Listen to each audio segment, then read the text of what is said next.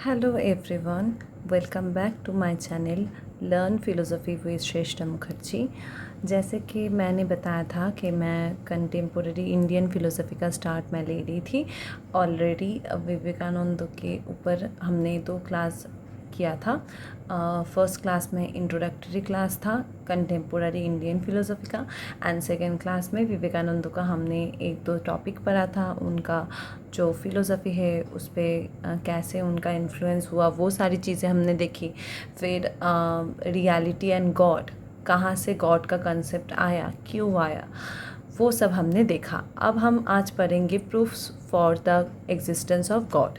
ठीक है, तो विवेकानंदस फिलोसफी के अकॉर्डिंग गॉड का जो एग्जिस्टेंस है उसका प्रूफ हमें पता है कि ऐसे बहुत सारी थ्योरी है जहाँ पे गॉड के एग्जिस्टेंस के बारे में प्रूफ की बहुत सारी थ्योरी है, जैसे कि ऑन्टोलॉजिकल थ्योरी हो गया, कॉस्मोलॉजिकल थ्योरी हो गया, देन सेंट थॉमस एक्विनस का जो थ्योरी है नेचुरल थ्योरी, मॉरल थ्योरी हो। तो ऐसा बहुत सारा थ्योरीज है जहाँ पे गॉड के एग्जिस्टेंस को लेके प्रूफ होते हैं। ठीक है, एंड गॉड के नॉन एग्जिस्टेंस के भी बहुत सारे थ्योरीज हैं। तो यहाँ पे विवेकानंद का क्योंकि हम पॉइंट ऑफ व्यू देख रहे हैं, तो विवेकानंद के पॉइंट ऑफ व्यू से गॉड का एग्जिस्टेंस क्या है, गॉड क्यों ज़रूरी है, वो सारी चीज़ हम देखेंगे। तो जैसे हम पढ़ रहे थे ना रियलिटी एंड गॉड, तो वहाँ पे उन्होंने जो रियलिटी या फिर जो बीइंग है, जो सत्ता है, तो वो वाला जो चीज़ है उसको एक रिलीजियस व्यू पॉइंट पे लेके आए एंड बोला कि वही चीज़ जो है हमारा गॉड है। ठीक है, देखो यहाँ पे लिखा हुआ है कि God is not a creation of Maya, but ये क्या है, एक एब्सोल्यूट बिलीव है। ठीक है, एक ही एब्सोल्यूट बिलीव है। तो गॉड का कंसेप्ट वहाँ से आया। ठीक है, तो ऐसा बोला जा रहा है विवेकानंद के व्यू पॉइंट से कि गॉड जो है हमारे हर जगह पे, हर एक प्लेस में गॉड एग्जिस्टेंस रख रहा है या फिर गॉड प्रेजेंट है हर एक पोजीशन में। ठीक है, तो इसीलिए एक रियलिटी है, एक रियलिटी है गॉड की, एक नेचर है गॉड की। तो गॉड को हम कैसे प्रूफ करेंगे, उसकी एग्जिस्टेंस, वही अब हम पढ़ने वाले हैं। ठीक है, due to some professional reason I could not take the last 2 classes, तो इसीलिए मैं कोशिश करूँगी इस हफ्ते में जितना भी हो सके उतना मैं क्लास लूँगी। एंड जैसे कि मैंने प्रमिस किया था कि अप्रैल ख़त्म होने से पहले मैं लॉजिक का एक क्लास स्टार्ट करूँगी, एंड मैंने सोचा है कि मैं प्री सोक्रेटिक फिलोसोफर भी स्टार्ट करूँगी, मीन्स यूनिट 2। तो फिर यूनिट 5 एंड यूनिट जो 4 है वो तो शेड्यूल क्लास पे ही वीडियो अपलोड होगी। मतलब फ्राइडे मैं क्लास वीडियो बनाऊँगी, देन आइदर फ्राइडे और सैटरडे मॉर्निंग तक आपको वीडियो मिल जाएगी, या फिर वेडनेसडे नाइट को मिल जा सकती है, या फिर थर्सडे मॉर्निंग को। वो तो शेड्यूल क्लास है, that Wednesday and Friday for unit 4 and unit 5। उसके अलावा मैं कोशिश करूँगी जिस दिन भी मेरे पास एक्स्ट्रा टाइम हो मैं लॉजिक का यूनिट 2 का स्टार्ट करूँ, एंड इफ़ पॉसिबल यूनिट 1 भी मैं स्टार्ट कर सकती हूँ, क्योंकि ये जो सारे यूनिट्स हैं ना, ये सारी यूनिट्स ही बहुत इंपॉर्टेंट है। ओके ओके, सो क्योंकि हमने विवेकानंद स्टार्ट कर ली है, एंड मैंने बताया था कि मैं जो कॉन्टेम्पोरेरी इंडियन फ़िलोसफी पढ़ाऊँगी वो मैं बहुत डिटेलिंग में पढ़ाऊँगी, एकदम लाइन बाय लाइन जाके हर एक लाइन का मीनिंग हम समझेंगे। क्योंकि जब मैं विवेकानंद का कंप्लीट करूँगी ना टॉपिक सारे, उसके बाद हम विवेकानंद के जितने भी सारे PYQ है रिसेंट से लेके एकदम पहले जब से एग्ज़ाम स्टार्ट हुआ है तब तक जितने भी क्वेश्चन है विवेकानंद के सारे हम सॉल्व करेंगे। ठीक है, तो ऐसा कोई भी चीज़ नहीं होगा जो इनसे बाहर है। कंसेप्ट सेम ही होंगे, शायद थोड़ा सा वर्डिंग डिफरेंट हो सकता है, शायद सेम बुक से ना आया हो, क्योंकि बहुत सारे बुक है। ठीक है, हमें पता भी नहीं है ऐसा बहुत सारा बुक है, तो इसीलिए हमें बस कंसेप्ट क्लियर करना है। तो उसके लिए या फिर आपका नॉलेज गेन के लिए ये बुक तो आपको चाहिए। यूनिट 5 में इस बुक के अलावा आप तो नहीं पढ़ सकते हो। ठीक है, और हिंदी का कौन सा बुक है वो मैंने ग्रुप में दे दिया है, लिंक में, टेलीग्राम ग्रुप में आपको मिल जाएगा। हिंदी का बुक का जो मतलब लिंक है अमेज़न के अमेज़न में बुक्स अवेलेबल्स है, वो सारी मैंने लिंक दे दी है। इफ़ आपको वो पीडीएफ मिल जाए तो आप डाउनलोड कर लेना, और अगर मेरे पास कोई पीडीएफ आता है हिंदी का या फिर मैं डाउनलोड करती हूँ तो मैं अपलोड कर दूँगी। ओके, चलो स्टार्ट करते हैं अभी। जैसे कि मैंने बोला कि गॉड का जो कंसेप्ट है, ये कंसेप्ट हर टाइम पे हर एक ट्रेडिशन में, whether it is in Indian tradition और it is in western tradition, सारे ट्रेडिशन में गॉड का concept is very important. And हर जगह पे ये लोग कोशिश करते हैं कि अल्टीमेट रियलिटी या फिर अल्टीमेट जो एक पावर है उस जगह पे गॉड को ही ये हमेशा रखते हैं, ठीक है। क्योंकि गॉड की जगह पे और किसी को हम ला नहीं सकते ना, एकदम यूनिवर्सल हो, जो ऑल टाइम है, पास्ट प्रेजेंट फ्यूचर लाइफ, सारे लाइफ में, सारे वर्ल्ड्स में हर टाइम अवेलेबल है, वो जो एक कंसेप्ट है हमारा, that is God. That's why, क्योंकि हम एक लाइफ में रह रहे हैं, दूसरे लाइफ में हमारा रीबर्थ होगा या नहीं होगा, वी डोंट नो, राइट। तो बट गॉड एक ऐसा इनफाइनाइट बीइंग है, ठीक है, जिसका ऐसा नहीं है कि अभी जन्मा है तो वो अभी मर जाएगा, ऐसा बिल्कुल ही नहीं है। ना ही उसका कोई शुरुआत है, ना ही उसका कोई एंडिंग पॉइंट है। तो इसीलिए गॉड एक बहुत इंटरेस्टिंग टॉपिक है, वेदर गॉड इज़ एग्जिस्टेड और नॉट। इसको लेके तो कॉन्वर्सेशन चलते ही रहते हैं। कोई इंसान मानता है कि भगवान होता है, कोई मानता है भगवान नहीं होता है। This is a very common topic. हाँ, पर यूजुअली क्या होता है कि लोग बोलते हैं आई एम अ नास्तिक, but does Nastic mean that you did not believe on the existence of God? No, in philosophy Nastika does not means that, right? So in philosophy Nastika means who did not believed on the existence of Veda. वेद की existence पे जो लोग नहीं believe करते, they are called as Nastika. But in usual everyday life we use the terms as a support of God's existence और in the against of God's existence, right. तो यहाँ पे गॉड के एग्जिस्टेंस के बारे में विवेकानंद ने क्या प्रूफ दिया है, let's just start. Okay, so Vivekananda has a very deep faith in God. This faith expresses itself in the conviction that it is in fact impossible to live without a faith in God। तो विवेकानंद क्या बोल रहे हैं कि Vivekananda have a very deep faith in God, भगवान के ऊपर उनका बहुत फेथ है। तो वो ऐसा सोचते हैं किसी भी पर्सन के लिए, किसी भी पर्सन को अपना लाइफ जीने के लिए भगवान की बहुत ज़रूरत है। Without him we can't do anything, without faith in God you can't reach out anywhere. Usually भी देखो आप कि कोई भी इंसान, हाँ, कोई भी इंसान अगर उसने मेहनत की है, उसको अपने काम का फल मिल गया है, then that is well enough. पर ऐसा बहुत टाइम ही होता है, actually maximum number of time ऐसा ही होता है कि हम जितना भी एफर्ट डालें, कहीं ना कहीं हमारा कोई ना कोई चीज़ छूट रहा है, ठीक है। जैसे कि यूजुअली सबको पता है, जो लोग नेट सेट पढ़ रहे हैं उनको ये तकलीफ़ के बारे में बहुत अच्छे से पता है कि उन्होंने शायद अपना मतलब जितना हो सके उतना एफर्ट डाला है, बट स्टिल क्लियर नहीं हुआ JRF, तो तब बहुत बुरा लगता है। और जब 1-2 नंबर के लिए नहीं हो तब और भी ज़्यादा बुरा लगता है।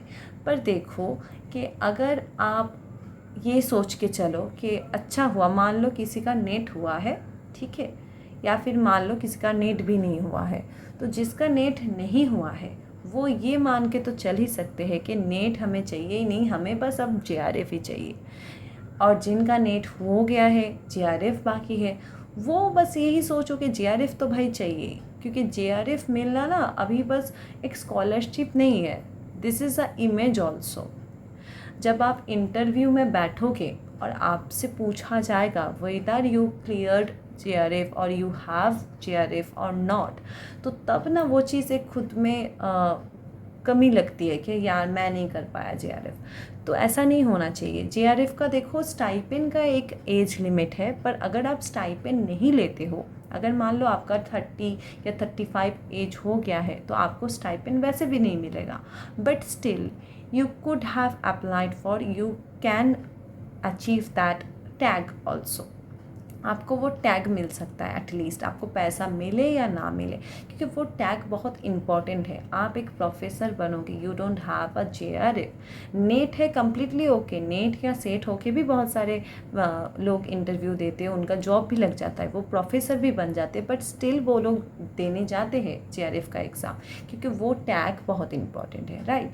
तो इसीलिए तो अब मान लो कि हमें फेथ है उस चीज़ पे, हम सोच रहे कि भगवान आज नहीं तो कल तो सुन ही लेगा हमारा।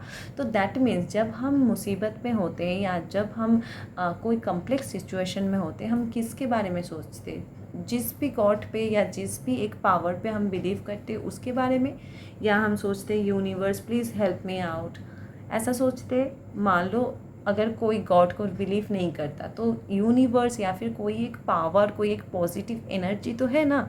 एनर्जी अगर नहीं होती तो हम यहाँ पे एग्जिस्ट ही नहीं करते। तो एक तो एनर्जी है, तो उस एनर्जी पे बिलीव करते हो आप, फिर मतलब किसी न किसी चीज़ पे आप बिलीव करते हो, राइट। अगर नहीं बिलीव करते आप तो आप लाइफ में सस्टेन नहीं कर पाते, क्योंकि क्या होता है लाइफ में बहुत सारे अप्स डाउन होते रहते हैं। हमेशा लाइफ की गाड़ी एक तरीके से नहीं चलती है। अभी आप जैसा सोच रहे हो कल पूरा हो सकता है सिचुएशन ही बदल जाए। नहीं बोलते कि एकदम से हालात बदल दिया, जज्बात बदल दिया, तो दैट इज़ अ थिंग। तो इसीलिए हमें किसी तो एक चीज़ की ज़रूरत है जिस पे हम भरोसा कर पाए। तो जब भी कोई मुसीबत हो या जब भी कोई अच्छा चीज़ हो तो हम किसके पास जाते हैं? हम भगवान के पास जाते हैं। तो इसलिए विवेकानंद बोल रहे हैं कि without a faith in God life will be impossible. हो ही नहीं सकता, आप जी नहीं सकते किसी भी चीज़ पे फेथ। अगर आपको खुद पे भी फेथ ना हो ना तो आपसे कोई भी एग्ज़ाम आप तो, वेदर इट इज़ UPSC और एनी गवर्नमेंट एग्ज़ाम और एनी प्राइवेट एग्ज़ाम और कोई भी एग्ज़ाम, वो एग्ज़ाम क्लियर करने के लिए first you have to faith in yourself. ठीक है क्या? हाँ, हो जाएगा, ऐसा भी कोई बड़ी बात नहीं है, हो जाएगा क्लियर। तो ये माइंडसेट बहुत ज़रूरी है। आप किसी भी सिचुएशन में हो, आप कितने ही बुरे हालात में हो, पर आपके वर्ड्स कभी भी नेगेटिव आपके टूवर्ड्स नहीं हो सकते। ये बात याद रखना। हम फिलोसफी के स्टूडेंट हैं तो हम कुछ चीज़ जो पढ़ रहे हैं उसको हम अपनी लाइफ में भी अप्लाई करना हमें चाहिए। अगर हम लाइफ में अप्लाई कर पाएंगे तो हम सब्जेक्ट से और ज़्यादा प्यार करेंगे और बहुत अच्छे से समझेंगे। ओके, चलो। Okay, so he appears to be very sanguine in emphasizing the necessity of God concept. This necessity is almost obvious to him for the simple reason that an outright rejection of God is simply impossible. बोला जा रहा है कि उन्होंने क्या किया है, उन्होंने एक बहुत ही क्लीन एक कंसेप्ट रखा है जहाँ पे उन्होंने एम्फसाइज किया है द नेसेसिटी ऑफ गॉड। ठीक है, एंड ये जो नेसेसिटी है ये almost obvious to him for the simple reason that an outright rejection of God is simply impossible. तो ये जो नेसेसिटी है, ये जो ज़रूरत है गॉड के कंसेप्ट को एम्फसाइज करने का, this is almost obvious to him. Why? Because इस रीज़न की वजह से, क्योंकि वो एक डायरेक्ट एक रिजेक्शन ऑफ गॉड जो है, हाँ, डायरेक्टली जो लोग रिजेक्ट करते हैं ना गॉड के एग्जिस्टेंस को या फिर गॉड को, कि गॉड जैसे कोई चीज़ नहीं होता, because we can not perceive God, we can not perceive him. तो ये जो सारे कंसेप्ट है ना, ये सारे concept for him, for Vivekananda, is not possible, it is impossible. So he completely rejected those concept जहाँ पे बोला जा रहा है कि गॉड का एग्जिस्टेंस नहीं है या फिर गॉड करके कोई है ही नहीं, गॉड का कोई वैल्यू नहीं है। सो ये जो सारी चीज़ें हैं, ये सारी चीज़ें बोला जा रहा है कि दिस ऑल आर इम्पॉसिबल, ऐसा हो ही नहीं सकता। ठीक है, क्योंकि उन्होंने क्या, कौन से चीज़ को उन्होंने फोकस किया है, the necessity of the God concept. तो गॉड का जो कंसेप्ट है, उसका जो नेसेसिटी है, उसकी जो ज़रूरतें है, उस चीज़ के बारे में उन्होंने बात की है। ठीक है, उसके अलावा और किसी भी चीज़ के बारे में वो बात नहीं कर रहे। Okay, so now it is impossible, he feels, to maintain the reality of the world and the soul and to reject the reality of God. वो क्या बोल रहे? It is impossible. उनको लगता है कि maintain the reality of world, हम क्या कर रहे हैं, हम वर्ल्ड का जो रियलिटी है उस चीज़ को हम मेंटेन कर रहे हैं, सोल को हम मान रहे हैं एंड ठीक है हम वर्ल्ड को मान रहे हैं, वर्ल्ड का जो रियलिटी है उसको एक्सेप्ट कर रहे हैं एंड हम जो सोल है उसको भी एक्सेप्ट कर रहे हैं, पर क्या कर रहे हैं हम रिजेक्ट कर दे रहे हैं गॉड की रियलिटी को. So this can not be happen और this can not be true. Okay, according to whom? According to Vivekananda. So God has to be presupposed as the necessary support and ground of both the world and the soul. तो God जो है भगवान, he has to be presupposed as the necessary support. तो God जो है, God को ऐसा suppose किया जा रहा है या फिर हम एज्यूम कर रहे हैं कि God एक नेसेसरी सपोर्ट है and also necessary ground for both the world and the soul. तो गॉड जो है वो वर्ल्ड के लिए भी, हाँ इस पूरे जो धरती है उसके लिए भी एंड सोल, हमारा जो सोल है उसके लिए भी एक नेसेसरी सपोर्ट एंड ग्राउंड है. ठीक है, ऐसा हम प्री सपोज कर रहे हैं. Okay, now this raises a very pertinent question. If the notion of God has a necessity about it, why is it that people of all religions and sect always try to prove God existence? तो क्या बोला जा रहा है यहाँ पे, एक question arise हो रहा है क्या कि जो नोशन है गॉड का, अगर ये जो नोशन है गॉड का ये नेसेसिटी है, इसका कोई भी नेसेसरी ज़रूरत है हमारे लाइफ में, देन क्यों बार बार ये जो लोग हैं ये रिलीजियन फिर बाकी सारी चीज़ लाते हैं टू प्रूव गॉड एग्जिस्टेंस? क्यों हमेशा धर्म को लेके आके या फिर कोई भी सपोर्टिंग चीज़ को लेके आके ये लोग कोशिश करते हैं भगवान की एग्जिस्टेंस प्रूव करने के लिए? अगर ये गॉड का नोशन हमें जानना या फिर हमारे लाइफ के लिए नेसेसिटी है, देन क्यों ये लोग अपने पॉइंट को प्रूव करने के लिए हमेशा रिलीजियन को लेके आते हैं? गॉड के साथ हमेशा रिलीजियन ऐड हो जाता है, डिफरेंट रिलीजियन के हिसाब से डिफरेंट गॉड्स आ जाते हैं. तो यहाँ पे हमने पहले ही पढ़ा था कंसेप्ट के जगह पे कि यहाँ पे विवेकानंद जो है यूनिवर्सल रिलीजियन के बारे में बात कर रहे हैं. ठीक है, तो सारे लोगों की same religion, all people have same religion, that is humanity. Okay, तो कोई भी कास्ट, कोई भी रिलीजियन के हिसाब से हम ह्यूमन को जज नहीं करते हैं. तो विवेकानंद तो यही चीज़ बोल रहे हैं, ये क्वेश्चन यहाँ पे अराइज हो रहे हैं. ठीक है, so why must we take recourse to rational demonstration of existence of God? तो क्यों हम एक रिकोर्स लेते हैं, रैशनल डेमोन्स्ट्रेशन करते हैं एग्जिस्टेंस ऑफ गॉड की? क्यों हम एग्जिस्टेंस ऑफ गॉड जो है, हाँ गॉड का जो एग्जिस्टेंस है उसका एक रैशनल डेमोन्स्ट्रेशन करते हैं उस चीज़ को प्रूव करने के लिए? क्या ज़रूरत है इसकी? So in fact at times Vivekananda does not feel inclined to make any effort for the demonstration of God existence. So क्या बोला जा रहा है कि इनफैक्ट उस टाइम पे विवेकानंद ने कोई भी मतलब इनिशिएशन नहीं लिया या फिर कोई भी एफर्ट पुट नहीं किया गॉड का जो एग्जिस्टेंस है उसको प्रूव करने के लिए. उन्होंने कोई भी एक्स्ट्रा एफर्ट, कोई भी इनिशिएशन नहीं लिया. ठीक है, क्यों नहीं लिया? Because he feels that it is possible to have a direct realization of God. तो विवेकानंद यही सोच रहे थे या फिर यही सोचते थे कि पॉसिबल है कि गॉड का हमें डायरेक्ट रियलाइजेशन हो, नॉट लाइक के किसी बुक से पढ़ के, कहीं पे सुन के, किसी के तरफ से सुन के नहीं, खुद से फील होना चाहिए, खुद से वो चीज़ फील होनी चाहिए, खुद से रियलाइज़ होनी चाहिए कि येस गॉड इज़ देयर, भगवान है मेरे पास, भगवान सब कुछ संभाल लेंगे. ठीक है, जैसे नहीं होते कि मान लो कि हम कहीं पे फैमिली के साथ घूमने जाते हैं तो कोई भी प्रॉब्लम होती है, कोई भी मुसीबत होती है तो हम क्या सोचते हैं कि हम लोग साथ में हैं, फैमिली है साथ में, तो ये चीज़ सॉर्ट आउट हो जाएंगे, राइट? तो वैसे ही भगवान साथ में है या फिर भगवान है, वो जो चीज़ that is a feeling, that is not like के we have to prove, we have to take a decision or make any thesis out of this.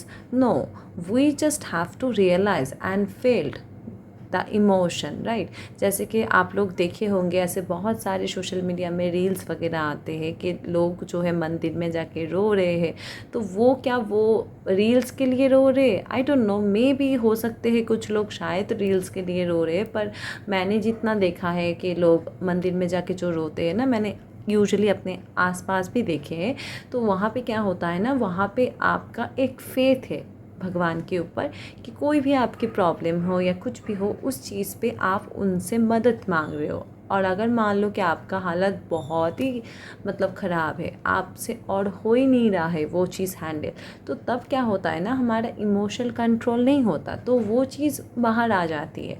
जब आपके पास कोई नहीं हो कोई चीज़ बताने के लिए, तो जैसे नहीं होता कि हम बाहर में कोई प्रॉब्लम हुआ तो घर पे आके हम अपने जो फैमिली मेम्बर हैं उनसे जब बात करते हैं तो कभी कभार हम रो देते हैं।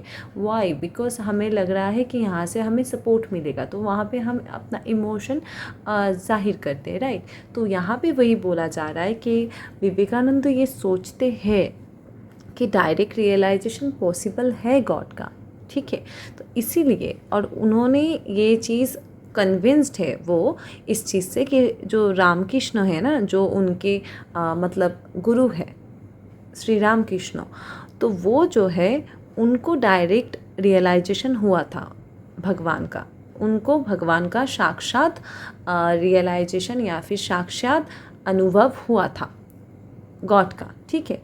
जैसे ऐसा बोला जाता है कि रामकृष्ण देव को माँ काली जो है वो दिखता था सामने, वो उनको अपने हाथों से खिलाते थे, ऐसा बोलते हैं लोग, ठीक है। Okay, so he thinks that arguments, proof, demonstrations etcetera are not actually needed for establishing God's existence, his existence can be felt and realize. तो विवेकानंद ऐसा सोचते हैं कि गॉड का एग्जिस्टेंस एस्टैब्लिश करने के लिए इट इज़ नॉट नीडेड कि आप आर्गुमेंट करो, आप प्रूफ दो, आप डेमोन्स्ट्रेशन दो, आप कुछ बुक लिखो या फिर कुछ भी ऐसा चीज़ करो, फ़ोटो दिखाओ ताकि प्रूफ हो जाए कि गॉड है, ऐसा चीज़ की कोई ज़रूरत ही नहीं है।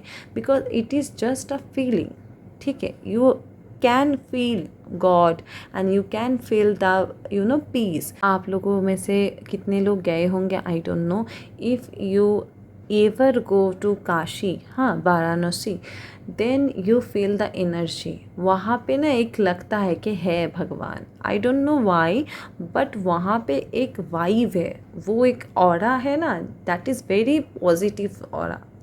क्योंकि हर जगह पे मंत्र बज रहे हैं, फिर घंटी बज रही है, फिर बहुत सारे ऑर्नामेंट्स बज रहे हैं और गाना हो रहा है, आरती हो रहे हैं, इतने सारे लोग भगवान का दर्शन करने जा रहे हैं, दूर दूर से आ रहे हैं। वो जो एक है ना, वो एनर्जी एकदम मतलब टॉप लेवल की एनर्जी है वहाँ पे एकदम भगवान बसे हुए हैं।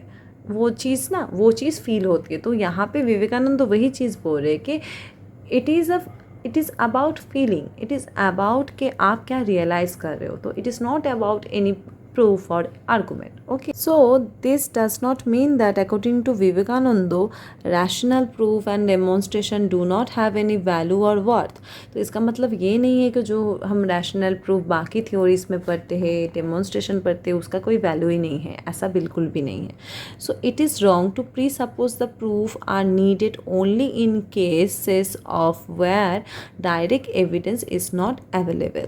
तो क्या बोला जा रहा है कि ये गलत है मान लेना कि प्रूफ वहीं पे लगता है जहाँ पे डायरेक्ट एविडेंस हमें नहीं मिल रहा है, वहाँ पे ही हम प्रूफ देते हैं। मान लो हम सामने से, मैं देख रही हूँ मेरे सामने ये पेन है, तो यहाँ पे क्या हो रहा है, डायरेक्ट एविडेंस है, मैं देख रही हूँ अपने सेंस ऑर्गन से, मैं फील कर पा रही हूँ, सेंस ऑर्गन के साथ मेरा ऑब्जेक्ट का कांटेक्ट हो रहा है, विच मीन्स शून्य का शो हो रहा है, तो I know that this is a pen, ठीक है। पर ये बोलना गलत है कि पे हमारा डायरेक्ट परसेप्शन नहीं हो रहा है या फिर डायरेक्टली हमें एविडेंस नहीं मिल रहा है, तो वहाँ पे हम बस प्रूफ यूज़ कर रहे हैं या फिर आर्गूमेंट यूज़ कर रहे हैं, रीजनिंग यूज़ कर रहे हैं, ये बोलना बिल्कुल गलत होगा, ठीक है।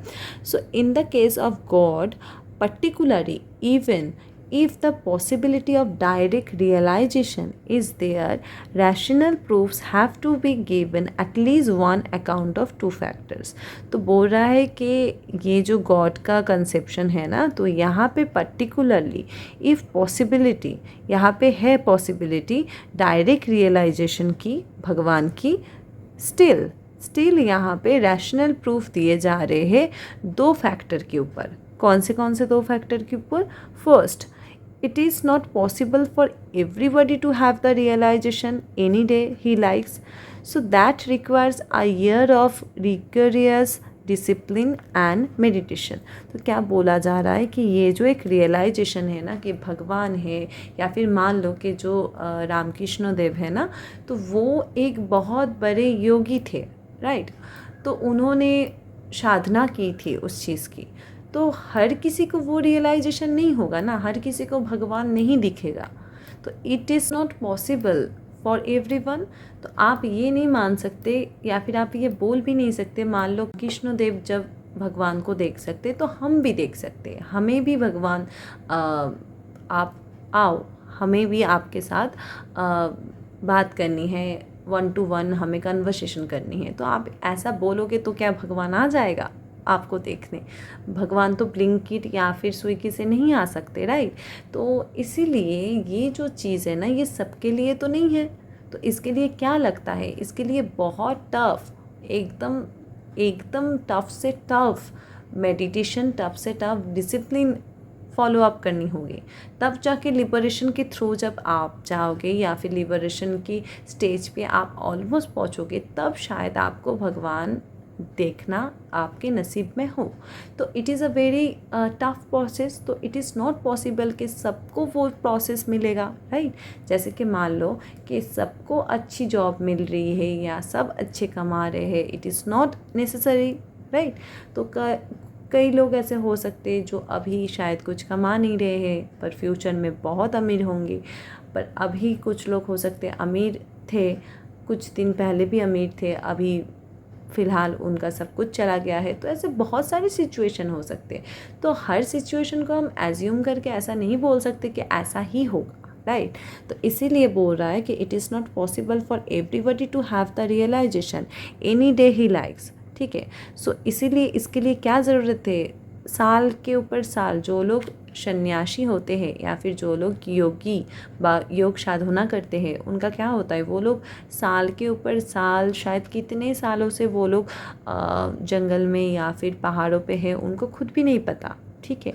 पर वो क्या कर रहे हैं, मेडिटेट कर रहे हैं. तो मेडिटेट करते करते ऐसा हमने बहुत सारे एंशियंट टेक्स्ट में पढ़ा है कि जो लोग साधना करते हैं ना, तो वो क्या होता है कि बहुत टाइम से वो लोग कुछ ना खाए पिए साधना कर रहे हैं. तो जब वो अपना वो साधना उनका भंग होता है, जैसे कि ऐसा बहुत लोगों ने सुना होगा कि जो मुनि ऋषि लोग होते हैं, उनका साधना भंग करने के लिए भगवान ने बहुत सारे जो है कन्या को भेजा था, हाँ, टू इन्फ्लुएंस देम, कि वो लोग अपना जो मेडिटेशन है वो कंप्लीट ना कर पाए, ब्रेक डालने के लिए, बाधा डालने के लिए. तो पर ऐसा होता है कि जब मान लो कि आप बहुत एक दिलो जान से कोई चीज़ चाह रहे हो या फिर कर रहे हो, और बीच में आके कोई आपको रोके टोके या फिर आपको डिस्टर्ब करे, तो क्या होता है, हम इरिटेट हो जाते हैं, राइट. तो वो जो योग साधना कर रहे थे जो लोग, साधु लोग, तो उनको जब ये डिफरेंट तरीके से ऑब्स्ट्रक्शन फील हुआ या ऐसा कुछ होता था, तभी वो लोग वो श्राप देते थे. हमने सुना है कि इस मुनि के श्राप से ये हुआ, उस मुनि के श्राप से वो हुआ.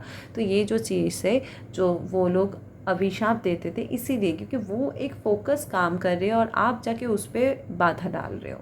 ये तो भगवान की मतलब लीला है. वो चाहते हैं कि आप जाके आपको और टेस्ट लिया जाए. आप जब इतना हायर मेडिटेशन कर रहे हो, इतना एक टफ जर्नी आप अचीव करने की तरफ जा रहे हो, तो आपको और क्यों थोड़ा सा ज़्यादा टफ सिचुएशन क्यों ना बना दिया जाए. ये सारी चीज़ें, ठीक है. तो क्या बोला जा रहा है, there are only a few seers, कुछ ही लोग होंगे, ठीक है. ऑब्वियसली जब आप हायर गोल में पहुंचोगे ना, ऐसा होता है, हमेशा होता है कि ग्रेजुएशन में 100-200 स्टूडेंट होते हैं, फिर जाके मास्टर्स में वो 200 से शायद 150 या 100 हुआ। उसके बाद मास्टर्स के बाद कुछ लोग एमएड बीएड करने चले जाते हैं, कुछ लोग दूसरे प्रोफेशन में चले जाते हैं, कुछ लोग नेट सेट में रहते हैं, ठीक है। तो वो जो कुछ लोग नेट सेट में रहते हैं वो भी, उसका भी नंबर बहुत कम होता है, ठीक है। अब वहाँ से भी जो लोग नेट सेट क्लियर किए, क्लियर करने के साथ साथ ही मैंने जैसे बताया था कि आपने मान लो क्लियर कर लिया है, अब क्या आपको अभी जॉब मिल जाएगा? नहीं, उसके लिए भी टाइम लगेगा। अब मान लो ऐसा बहुत सारे मेरे सीनियर्स हैं जिन्होंने नेट सेट क्वालिफाई कर रखा है, जीआरएफ भी है, पर स्टिल वो छोड़ के दूसरे जॉब कर रहे हैं एंड बहुत अच्छा कमा रहे हैं। क्योंकि मान लो बाद में जब इंटरव्यू होगा गवर्नमेंट वाला या फिर प्राइवेट वाला, तब शायद वो उनको मर्ज़ी होगी तो वो जाएंगे, ठीक है। तो वो जो चीज़ है, तो कुछ ही लोग टिके हुए हैं। आप देखोगे जब स्टार्ट होता है कोई भी रेस तो क्या होता है, वहाँ पे बहुत सारे लोग होते हैं, पर एंडिंग पॉइंट में 1 या 2 ही पहुँच पाता है, ठीक है। तो वही चीज़ है, यहाँ पे भी वही बोला जा रहा है कि इतने सारे लोगों के लिए that is impossible, only few ours there are only few seers who have been able to see. Therefore मतलब बस कुछ ही लोगों को हो सकता है, क्या हो सकता है, बस कुछ ही लोग वो जो चीज़ है, वो जो भगवान है, भगवान का जो, गॉड का जो डायरेक्ट रियलाइजेशन है उसको फील कर सकते, उसको रियलाइज़ कर सकते, बस कुछ ही लोग, गिने चुने लोग ही वो चीज़ फील कर सकते हैं। Therefore for the majority, it is the proof that create initial interest and even faith. One can cling to a doctrine if it appears rationally satisfying to him.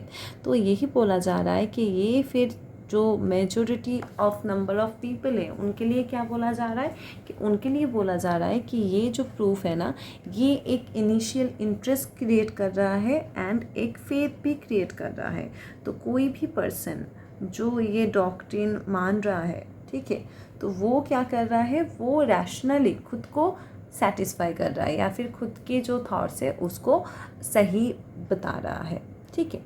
ये एक फैक्टर है। एंड सेकेंड फैक्टर क्या है, ये कौन से चीज़ के बारे में हम बात कर रहे थे, ये हम बात कर रहे थे कि गॉड को अगर हम पर्टिकुलरली यही बोले कि मान लो कि वहाँ पे डायरेक्ट रियलाइजेशन पॉसिबल है, तो क्या सबको मिल जाएगी डायरेक्ट रियलाइजेशन? तो अगर सबको नहीं मिलेगी तो फिर वहाँ पे जो रैशनल प्रूफ है, वहाँ पे रैशनल प्रूफ हम किस लिए दें कि क्या सबको मिल जाएगी या सबको नहीं मिलेगी? इस चीज़ को लेके 2 फैक्टर बताए गए। पहले जो मैंने बोला कि सब लोग इतने टफ सिचुएशन से गुज़र के नहीं आ सकते, तो कुछ ही गिने चुने लोग आएंगे जो शायद भगवान को देख सकते। शायद 100 में से 1 या 2 पर्सन हो सकते, या फिर 1000 में से 3 या 4 पर्सन हो सकते, ठीक है। अब नंबर्स तो डिसाइड नहीं है, जो इतना एकदम टफ सिचुएशन या फिर टफ जर्नी तय करके आएगा उसी को ये चीज़ नसीब होगा, ठीक है। ओके, नेक्स्ट क्या है, next the revelation of the few seers. जो फ्यू सीयर्स को वो चीज़ मिल रहा है, वो डायरेक्ट रियलाइजेशन देखने को मिल रहा है, तो उनको क्या बोला जा रहा है, उनके लिए the revelation of the few seers have also be communicated to others. They are invariably obscure and difficult to be translated into the language that the ordinary man understand। तो ये जो पर्सन है ना, ये जो फ्यू लोग जो अब आगे बढ़ गए हैं, भगवान को रियलाइज़ कर रहे हैं, तो वो चीज़ उनके साथ ना कम्युनिकेट करना थोड़ा सा दिक्कत है, थोड़ा सा डिफ़िकल्ट है, क्योंकि जिन्होंने पढ़ा है रामकृष्ण के बारे में तो उनको पता होगा कि अजीब गरीब बातें करते थे वो, ठीक है।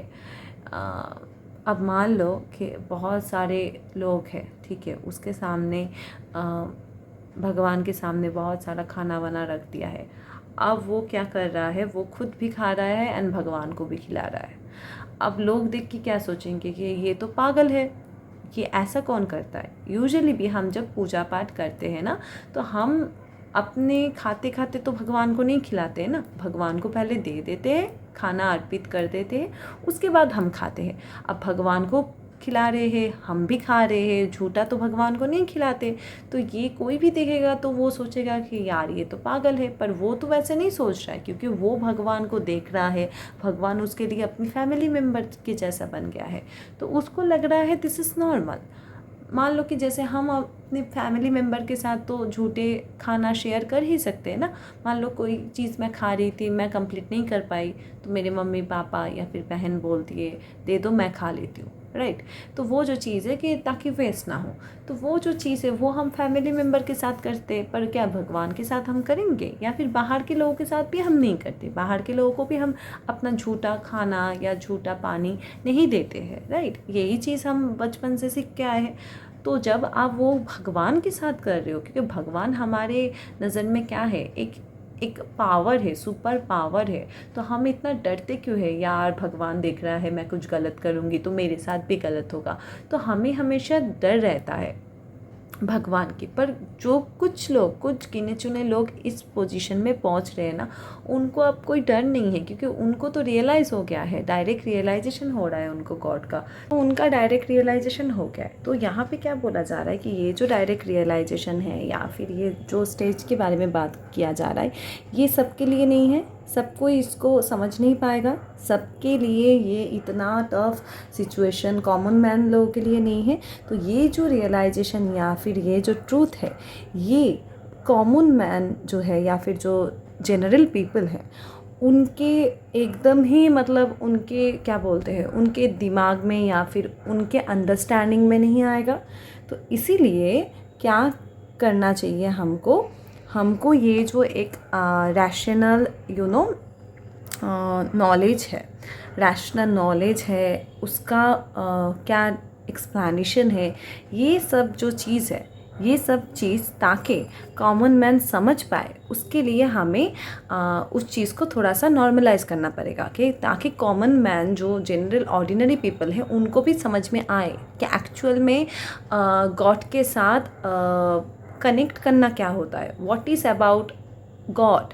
हाँ, गॉड के साथ हम कैसे कनेक्ट कर सकते हैं, कैसे हम गॉड को रियलाइज़ कर सकते हैं, कैसे फील कर सकते हैं। तो इसके लिए इतना टफ अगर हम वर्डिंग रखेंगे तो सबको समझ में नहीं आएगा।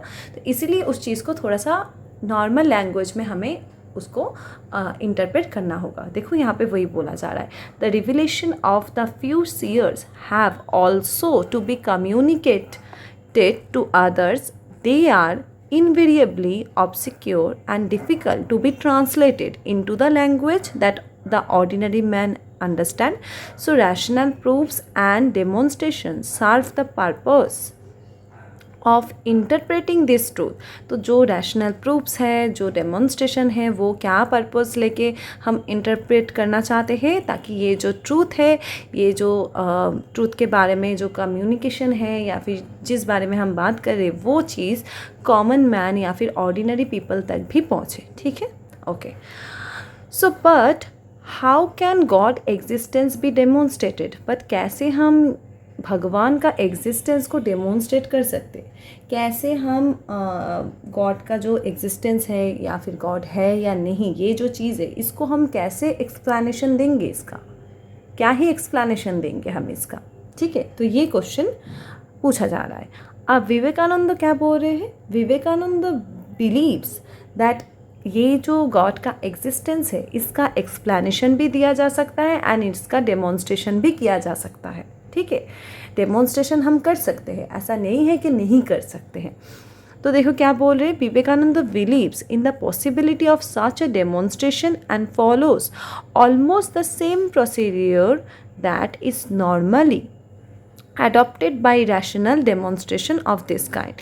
तो नॉर्मली जैसा प्रोसीड्योर होता है सारे रैशनल डेमोन्स्ट्रेशन के टाइम पे, वैसा ही प्रोसीड्योर उन्होंने भी फॉलो की है एंड उन्होंने बोला है it is possible to demonstrate God's existence और to explain the existence of God. ठीक है, okay, so one would experience some difficulty in joining together Vivekananda's demonstration of God's existence because they are unsystematically scattered throughout his writing and speeches।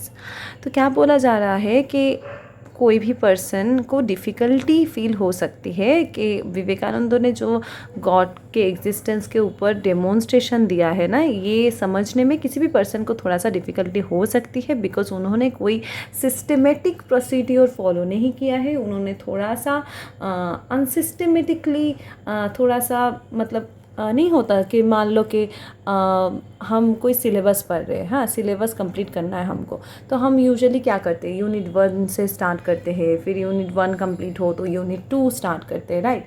तो जब मान लो कि हमारा सब कुछ कवर हो गया है तो हम क्या करते हैं, कभी उठा के यूनिट 5 पढ़ लिया, कभी उठा के यूनिट 6 पढ़ लिया, तो कोई सिस्टमेटिक नहीं कर रहे। या फिर पहले से भी कोई स्टार्ट करता है तो ऐसे भी कर सकता है, मान लो किसी को यूनिट 10 बहुत ईजी लग रहा है तो पहले वो पढ़ लिया। तो मतलब क्या कर रहे हैं, हम कोई सिस्टम फॉलो नहीं कर रहे। जैसे कि क्या करते हैं 1 2 3 4 करके एक सिस्टम वाइज, एक क्रोनोलॉजी वाइज, एक सीरीज़ वाइज हम जा रहे हैं, ठीक है। तो वो चीज़ समझने में जितना आसानी होती है, अगर कोई इधर का पढ़ रहा है कंसेप्ट फिर उधर का पढ़ रहा है, मान लो मैं पढ़ने बैठी हूँ, मेरे पास 2 घंटा है, 2 घंटे में मैं एक बार जाके इंडियन पढ़ रही हूँ, एक बार एक कंसेप्ट लेके वेस्टर्न पढ़ रही हूँ, एक बार जाके वहाँ पे रिसेंट पढ़ रही हूँ, एक बार लॉजिक कर रही हूँ, तो थोड़ा सा कन्फ्यूजिंग नहीं हो जाएगा मेरे माइंड के लिए भी।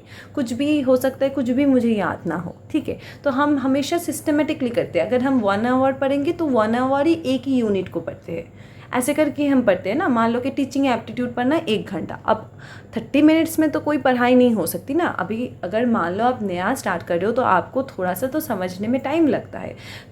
पहले में आप अगर सोचोगे 10 मिनट में मेरा पढ़ाई हो जाएगा तो दैट इज़ नॉट पॉसिबल।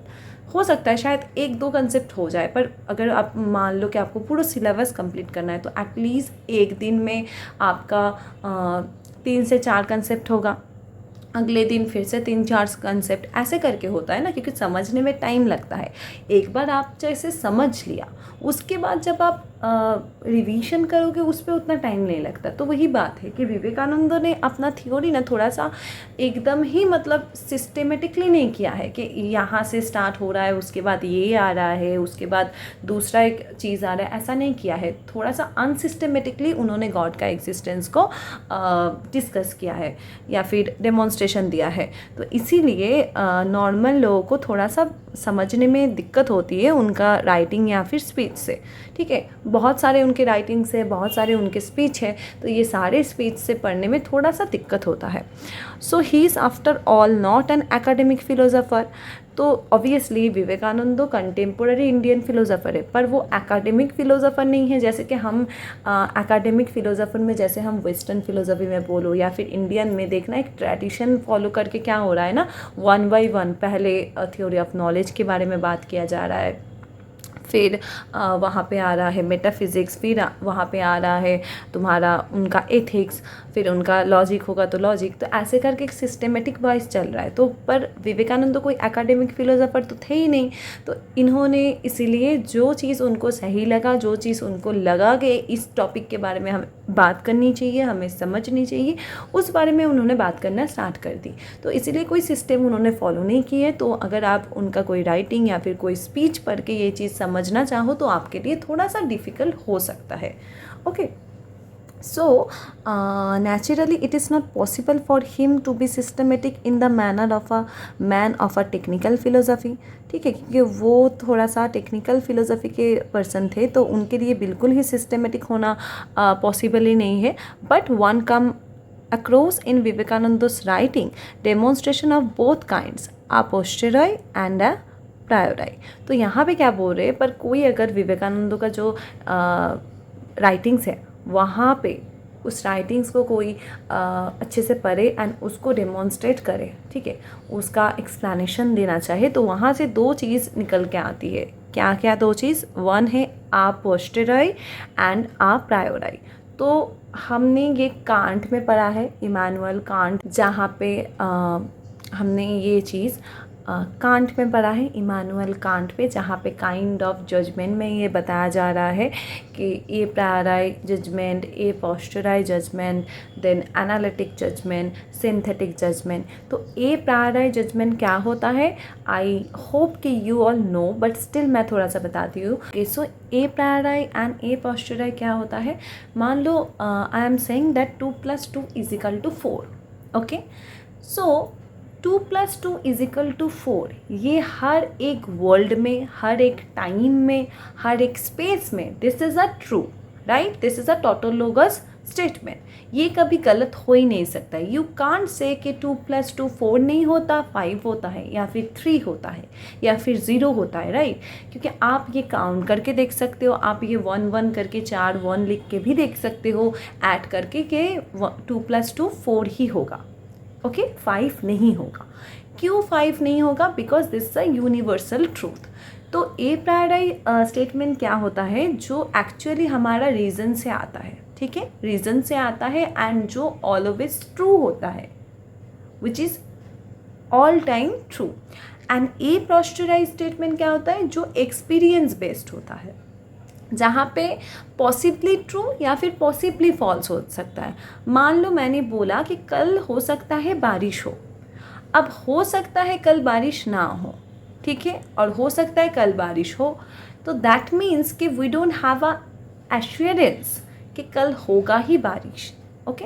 सो ए पोस्टराइज जो स्टेटमेंट होते हैं या ए पोस्टराइज जो प्रपोजिशंस होते हैं, तो वहाँ से जो नॉलेज होता है that is fully experience based. But जो ए प्रायोराइज होता है वहाँ पे it is all about reason, okay, rational deductive thing.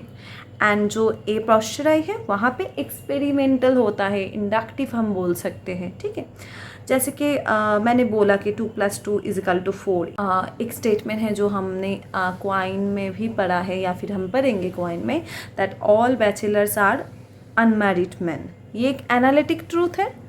अब मान लो कि हम बोल रहे all bachelors are unmarried man, तो क्या हो रहा है यहाँ पे? जो बैचलर्स है मतलब जिनकी शादी नहीं हुई है ऑब्वियसली, तो जो सब्जेक्ट टर्म है उसी पे प्रेडिकेट टर्म इंक्लूडेड है, राइट। यहाँ पे थोड़ा सा दिखा देती हूँ ये चीज़। मान लो मैं बोल रही हूँ कि all bachelors are unmarried men, तो बैचलर्स हमारा सब्जेक्ट हो गया, अनमैरिड मैन हमारा प्रेडिकेट हो गया। तो बैचलर्स जो सब्जेक्ट है उसमें ही प्रेडिकेट टर्म इंक्लूडेड है, राइट। बैचलर्स जो लोग होंगे या फिर जिनको हम बैचलर्स बोल रहे हैं वो तो ऑब्वियसली अनमैरिड है, इसीलिए उनको बैचलर्स बोल रहे हैं। अगर वो मैरिड होते, अगर हम ऐसा बोलते मान लो कि all bachelors are unmarried man, ये सही है। पर अगर मान लो हम ऐसे बोलते हैं all bachelors are married man, क्या ये हो सकता है? जो बैचलर्स है वो मैरिड कैसे हो सकता है? अगर मैरिड होता तो हम उसको बैचलर्स नहीं बोलते। तो ए प्रायोराइज में वही होता है विच इज़ ऑलवेज ट्रू, जो हमेशा सही हो रहा है, ठीक है। तो this is analytic truth, okay. आप मान लो पोस्टराइज जो स्टेटमेंट है उसका क्या एग्जाम्पल हो सकता है? मान लो बोल रहे कि water freezes at 0 degree centigrade, ये बोल सकते हैं कि सबको पता है कि 0 डिग्री जब टेम्परेचर होगा तो वाटर तब फ्रीज हो जाता है। तो ये हो सकता है, ये एक चीज़ है जो एक्सपीरियंस्ड बेस्ड है, जो ऑब्जर्वेशन बेस्ड है, ठीक है।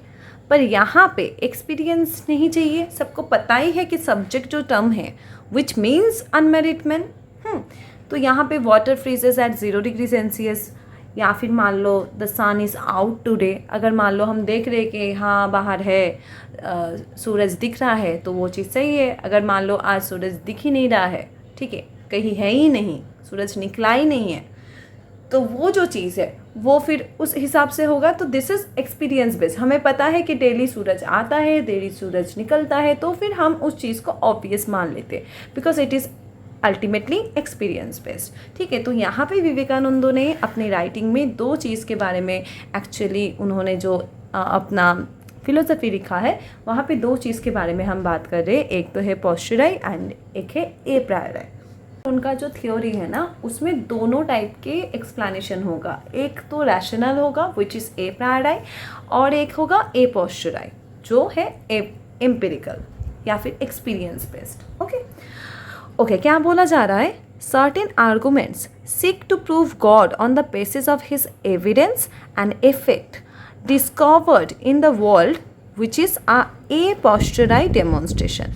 तो क्या बोला जा रहा है कि जो आर्गूमेंट गॉड के बिहाफ पे या फिर गॉड के एग्जिस्टेंस के बिहाफ पे हम जो आर्गूमेंट दे रहे हैं, जो एविडेंस बेस्ड है, जो इफेक्ट बेस्ड है, इस वर्ल्ड के इफ़ेक्ट से या फिर वर्ल्ड के एविडेंस से जो चीज़ हम निकाल रहे हैं, वो है हमारा ए पोस्चुराई डेमोन्स्ट्रेशन। डेमोन्स्ट्रेशन को हम दो तरीके से इलाबोरेट कर रहे हैं, one is a posteriori and second one is a priori. ठीक है, तो ए पोस्चुराई में क्या हो रहा है कि हम गॉड का एग्जिस्टेंस को with the help of evidence and effect हम प्रूफ करना चाह रहे हैं। ठीक है, एंड ए प्रायराई में क्या होगा कि हम इसको एनालाइज करेंगे throughout our argument, throughout our rationality, reason, उसको देके हम प्रूव करना चाहेंगे which is the true one. ठीक है, तो certain other argument seek to prove God's existence on the basis of analysis of God concept itself. तो God का जो कंसेप्ट है उसको एनालाइज करेंगे, उसको हम देखेंगे कि इसका कोई रीज़न बनता है या नहीं बनता है, इज़ इट ट्रू एक्चुअली और नॉट। तो वो जो चीज़ है, this is called as a priori demonstration. So अब हम पढ़ेंगे कि प्रूफ फॉर गॉड्स एग्जिस्टेंस में विवेकानंद ने क्या क्या प्रूफ दिया है इस दोनों डेमोन्स्ट्रेशन के ऊपर बेस होके। ठीक है, okay, so first A, at some places Vivekananda has referred to certain demonstration that appear to similar to the traditional teleological proof for God existence। तो जैसे कि मैंने बोला था कि गॉड का जो एग्जिस्टेंस है उसको लेके टोटल 5 थ्योरीज हैं। ठीक है, तो उसमें से जो हमारा एकदम ट्रेडिशनल टेलियोलॉजिकल प्रूफ है गॉड के एग्जिस्टेंस के लिए, उसके साथ थोड़ा सा सिमिलैरिटीज़ है विवेकानंद के थ्योरी का। Okay, so he says, Vivekananda बोल रहे that the whole of nature at best could teach them only a personal being who is the ruler of the universe, and it could teach nothing further. In short out of the external world, we can only get the idea of an architect, and that which is called design theory। तो क्या बोला जा रहा है, विवेकानंद क्या बोल रहे कि ये जो वर्ल्ड है ना, ये वर्ल्ड है, इसका जो नेचर है, इसका जो डिज़ाइन है, this is a very impressive one. तो ये किसी आर्किटेक्ट के बिना तो पॉसिबल नहीं है। तो यहाँ पे अल्टीमेटली वो ऐसे ही बोलेंगे कि ये जो वर्ल्ड बना हुआ है, यहाँ की जो चीज़ें हैं, जो नेचर है, जो नेचर का कैरेक्टरिस्टिक्स है, जो ये चेंज हो रहे हैं, तो ये सब चीज़ कोई आर्किटेक्ट के अलावा और कोई नहीं बना सकता। मान लो कि कोई एक बिल्डिंग है, बहुत शानदार बिल्डिंग है, तो वो बिल्डिंग तो ऐसे ही नहीं आ गया, किसी ने वो डिज़ाइन किया था। तो डिज़ाइन जो लोग करते हैं, वी नो दैट उनको आर्किटेक्ट बोला जा रहा है। तो यहाँ पे विवेकानंद बोल रहे हैं कि गॉड ही वो आर्किटेक्ट है जो रूल कर रहे हैं इस यूनिवर्स पे, इस वर्ल्ड पे। तो उन्होंने डिज़ाइन की है इस वर्ल्ड की, तो इस हिसाब से हम मान रहे हैं कि गॉड का एग्जिस्टेंस है। ठीक है, यही बोलेगा यहाँ पे। जैसे कि मान लो कोई बहुत शानदार बिल्डिंग है, तो पे कोई एक इंजीनियर होगा जो उसका डिज़ाइन पहले से उन्होंने बना रखा है, उस हिसाब से वो बिल्डिंग बना है। तो वहीं पे वो जो इंसान जिसने वो डिज़ाइन बनाया है, तो उसी जगह पे कंसीडर किया जा रहा है गॉड को, कि गॉड ने डिज़ाइन की है इस वर्ल्ड की ऐसी।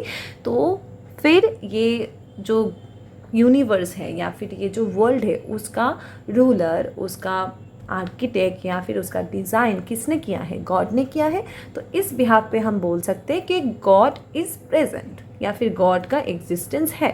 ठीक है, देखो यहाँ पे बोल रहा है कि this clearly shows that the vastness, harmony and grandeur of the world lead us to suppose that there must be an architect and intelligent designer of the universe। तो ये जो दिख रहा है ना वर्ल्ड का, एक बहुत वास्ट एक वर्ल्ड है, यहाँ पे सबके बीच में एक हार्मनी है, सबके बीच में सिमिलैरिटीज़ है, फिर सबके साथ एक लग्जरीनेस है वर्ल्ड का। ठीक है, हर एक चीज़ पे हमारे पास अवेलेबिलिटी है, इतना ब्यूटीफुल नेचर है, इतना ब्यूटीफुल लग्जरी, इतना वास्ट एक जो चीज़ है वर्ल्ड।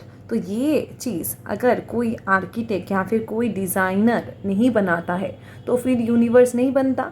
तो इसीलिए यहाँ पे बोला जा रहा है कि इस हिसाब से हम मान रहे हैं कि there must be an architect and जिन्होंने डिज़ाइन की है इस यूनिवर्स का, ठीक है। ओके, नेक्स्ट क्या बोला जा रहा है, on occasion one comes across passages in the writings of Vivekananda that reminds us of the causal demonstration of God's existence.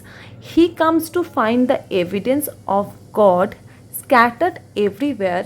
He finds himself unable to account for the things of the world without taking recourse to an all powerful cause. तो क्या बोला जा रहा है, first में क्या बोला कि ये जो यूनिवर्स है, फर्स्ट पॉइंट में यही है कि ये जो पूरा यूनिवर्स है, इस पूरा यूनिवर्स को देख के ही हमें समझ में आ रहा है कि ये जो डिज़ाइन है, ये जो इसकी लग्जरी है, वर्स्टनेस है, इसको देख के समझ में आ रहा है कि कोई ना कोई इंटेलिजेंट बीइंग है जिन्होंने ये बनाया है, जिन्होंने आर्किटेक्ट किया है। तो उस हिसाब से हम गॉड को मान रहे हैं कि गॉड ही आर्किटेक्ट है, रूलर है इस यूनिवर्स के, तो इसीलिए वो है। This is the first point, ठीक है, जहाँ पे विवेकानंदो प्रूव कर रहे गॉड के एग्जिस्टेंस।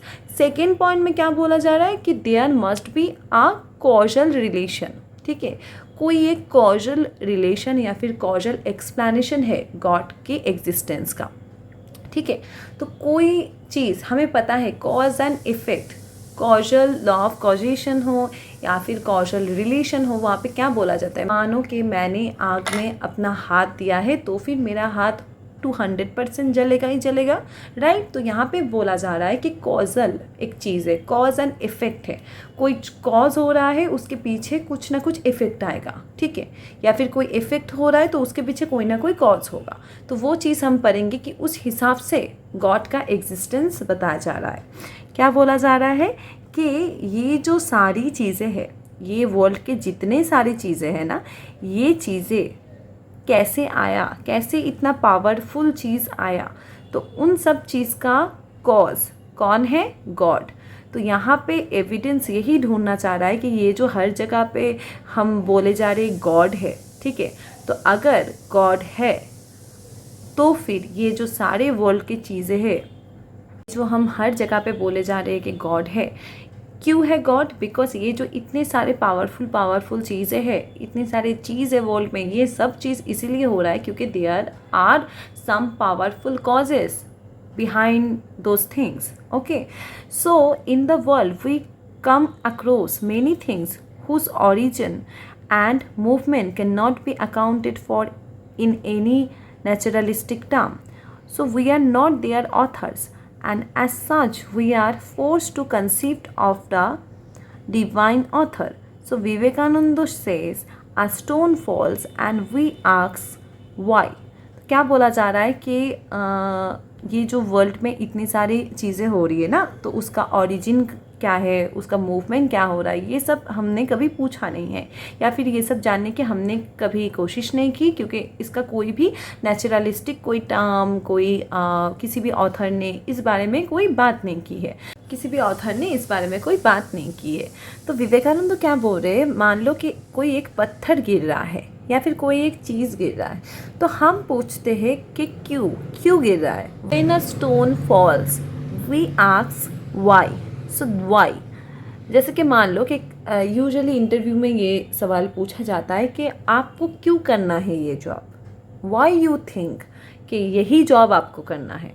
तो this is very important question. मान लो कि कोई बोल रहा है कि मुझे प्रोफेसर बनना है, तो हर कोई पूछेगा कि क्यों बनना है भाई तुमको प्रोफेसर, इतने सारे प्रोफेशन है, तुम कुछ और भी बन सकते थे, पर प्रोफेसर ही क्यों बनना है, या फिर टीचर ही क्यों बनना है, डॉक्टर ही क्यों बनना है। तो डिफरेंट पीपल के डिफरेंट आंसर्स होंगे। अब चैट जीपीटी वाला आंसर तो सबका सही होगा, सेम ही होगा सबका, वो वाला नहीं, पर आपकी लाइफ का जो गोल है उसके बिहाइंड में आप किस चीज़ को चाह रहे थे, या आप का जर्नी या फिर आपके थिंकिंग डिफरेंट होगा।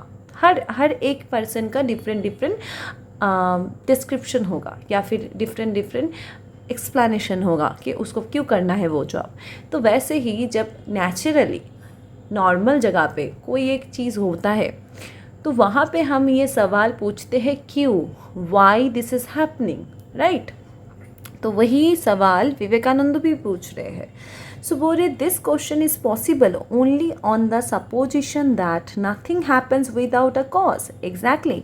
तो हम ये सवाल क्यों पूछते? हम नहीं बोलते कि वाई मी गॉड, हम नहीं पूछते। जब कुछ खराब हो रहा है तो हम भगवान से पूछते कि मेरे साथ ही क्यों हो रहा है।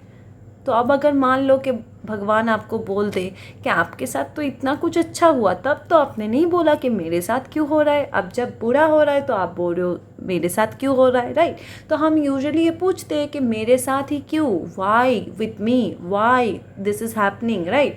तो ये सवाल हम क्यों पूछ रहे हैं? क्योंकि हमें पता है कि इसके पीछे कोई तो कॉज होगा, राइट। कोई ना कोई कॉज है तभी ये चीज़ हो रहा है, राइट। तो वही बोला जा रहा है कि ये सवाल हम इसलिए पूछ रहे हैं क्योंकि पॉसिबल है कि इस सवाल के पीछे हम सपोजिशन कर रहे हैं या फिर वी एज्यूम दैट इसके पीछे कोई ना कोई कॉज है। Because nothing happens without a cause. कोई भी चीज़ बिना कॉज का कोई भी इफेक्ट नहीं होता। कोई भी चीज़ के पीछे कोई ना कोई कारण नहीं है, ऐसा नहीं हो सकता है, ठीक है। कोई पर्सन अगर क्रिमिनल बना है तो उसका भी एक अलग बैक स्टोरी होगा। कोई पर्सन बहुत सक्सेसफुल बना है तो उसका भी एक बैक स्टोरी होता है। हर एक पर्सन का, हर एक ह्यूमन बींग्स के या फिर हर एक बींग, लिविंग बींग, सबके पीछे सबका अलग अलग जर्नी, अलग अलग स्टोरी है। किसी की स्टोरी के साथ हम किसी का स्टोरी कंपेयर नहीं कर सकते। हम ये नहीं सोच सकते कि उसका एक बार में हो गया जी, अरे मेरा क्यों नहीं हुआ। तो उसका टाइमिंग था, उसका हो गया, तुम्हारा टाइमिंग आएगा, तुम्हारा भी हो जाएगा। But you have to faith in it, okay. तो हमें ये पता है कि पीछे कोई कॉज है, कोई कारण है, राइट। तो we have to find out that what is the reason behind it, okay. So it means that everything in this universe is done by a cause and effect। हमें पता है कि यूनिवर्स पे कुछ भी हो रहा है, सारी चीज़ का कोई ना कोई कॉज एंड उसका इफेक्ट है। जैसे कि मान लो जो कोरोना हुआ था, ठीक है, 2020 में जो कोरोना वायरस आया था, फिर इतने लोग मारे गए, फिर हम लोगों ने इंजेक्शन लिया था, ठीक है। उसके बाद क्या हुआ, आफ्टर पोस्ट कोरोना फेज़ में क्या हुआ, पोस्ट कोरोना फेज़ में क्या हुआ कि बहुत सारे लोग हार्ट अटैक में मारे गए। बहुत लोगों की इम्यूनिटी एकदम वीक हो गई। तो वो जो इंजेक्शन हमने लिया था उसके वजह से डिफरेंट बॉडी में, डिफरेंट पर्सन के बॉडी में वो चीज़ ना डाइजेस्ट नहीं हो पाया या फिर सूट नहीं किया, ठीक है। तो अभी हमने देखा है कि कोरोना के बाद से अभी बच्चे लोग भी मरे जा रहे हैं, ठीक है। तो मतलब कोई अभी आपका लाइफ का कब लास्ट डेट है, यू डोंट नो। तो weather you are in your 20s or 30s or 15s or whatever in age, अभी कोई इस चीज़ का कोई भी मतलब एक्सप्लेनेशन किसी के पास नहीं है। कभी भी किसी का हार्ट अटैक हो जा रहा है, कभी भी कोई चल बस रहा है, तो कोई गारंटी नहीं है। तो इसीलिए कि कोई कॉज एंड इफ़ेक्ट है। वो जो हुआ था कोरोना, उसके वजह से ये चीज़ कोरोना फेज़ में ये सब इफ़ेक्ट आ रहे। तो यही चीज़ है कि आप मान लो बहुत अच्छा लिख के आए हो एग्ज़ाम में, तो फिर आपका रिज़ल्ट भी बहुत अच्छा आएगा। मैं बस नेट की बात नहीं कर रही हूँ, क्योंकि नेट में थोड़ा सा अलग चीज़ होता है। वहाँ पे क्या होता है कि आप जिस चीज़ को जैसे सोच रहे हो, ज़रूरी नहीं है कि एग्ज़ामिनर जो देख रहा है वो भी उस तरीके से सोचे, क्योंकि हमारा असर्शन रीज़न होता है, फिर बहुत सारे अलग अलग होते हैं। मैं नेट की बात नहीं बोल रही हूँ, मैं ग्रेजुएशन या पोस्ट ग्रेजुएशन या फिर स्कूल का मान लो। तो वहाँ पे क्या होता है, आप जो भी सवाल है उसको अच्छे से आप लिख के आओगे तो आपका मार्क्स उतना ही आएगा जितना आपने लिखा है, या फिर अपने अगर सही अटेंड करके आए हो तो सही आपको मार्क्स मिलेगा। यहाँ पे भी नेट में भी अगर मान लो कि जैसे पहले सवाल आता था असर्शन रीज़न से पहले एकदम नॉर्मल डायरेक्ट क्वेश्चन पूछा जाता था, तो वहाँ पे क्या होता था कि डायरेक्ट क्वेश्चन का सवाल आप डायरेक्टली देख के आते थे तो वहाँ पे मार्क्स आ जाता था। पर असर्शन रीज़न में थोड़ा सा ना कंसेप्ट को आप कैसे समझ रहे हो, या फिर जिसने क्वेश्चन किया है वो शायद उस तरीके से नहीं समझ रहा है, तो थोड़ा सा होता है दिक्कत। तो वहाँ पे थोड़ा सा हम मार्क्स छोड़ के ही रखते हैं, वो वाला मार्क्स हम काउंट भी नहीं करते, ठीक है, ओके। तो ये चीज़, तो फिर सारी चीज़ों के पीछे कोई ना कोई उसका कॉज एंड इफ़ेक्ट होता ही है, कॉज के हिसाब से उसका इफ़ेक्ट होता है। जैसे कि मैंने बोला कि आग में अगर मैं हाथ डालूँगी तो मेरा हाथ जलेगा ही जलेगा, ठीक है। So it is the cause of certain things which comes after it and is itself the effect of something else which has preceded it. So this is called the law of causation and it is a necessary condition of all our thinking. तो क्या बोला जा रहा है कि यही है law of causation कि आप जो काम करोगे उसका इफ़ेक्ट कैसा आएगा, जैसा आपने काम प्रोड्यूस किया है उस हिसाब से, ठीक है। जो भी एक्शन आप प्रोड्यूस करोगे उसके हिसाब से आपको उसका इफ़ेक्ट दिखेगा, ठीक है। तो ये जो चीज़ है, ये चीज़ हमारा लॉ ऑफ कॉजेशन है and this is a necessary condition of all our thinking. हम जैसा सोचते देखना वैसा होता है। यूजुअली हम कोई चीज़ बहुत नेगेटिवली सोच रहे हैं, एग्ज़ाम देने से पहले मैं इतनी डरी हुई हूँ, मान लो कि मैं सोच रही हूँ कि यार मेरा तो कुछ होएगा ही नहीं, मेरा नेट तो दूर की बात है, मैं तो एग्ज़ाम में मेरे को कुछ आएगा ही नहीं। तो वो माइंडसेट से जब मैं एग्ज़ाम देने जाऊँगी ना तो मेरा एग्ज़ाम अच्छा नहीं जाएगा। क्यों नहीं जाएगा? क्योंकि मान लो कि मुझे सब पता है पर मैं इतना डरी हुई हूँ ऑलरेडी, तो मैं जो सवाल मुझे आता है वो चीज़ भी मैं अटेंड नहीं कर पाऊँगी ना अच्छे से। तो वही चीज़ है, माइंडसेट इज़ वेरी इम्पॉर्टेंट। हम क्या सोच रहे हैं, ठीक है, तो उसके हिसाब से भी चीज़ें बहुत ज़्यादा कंट्रोल होते हैं। हम अगर पॉजिटिव माइंडसेट में हो, चाहे हमारा सिचुएशन कितना भी गलत हो, तो उस चीज़ में हम ओवरकम कहीं ना कहीं कभी ना कभी तो कर ही लेंगे ना। Okay, so now this causal series itself leads to a final and ultimate cause। तो यहाँ पे अब एक अल्टीमेट कॉज आएगा। क्या है वो ultimate cause?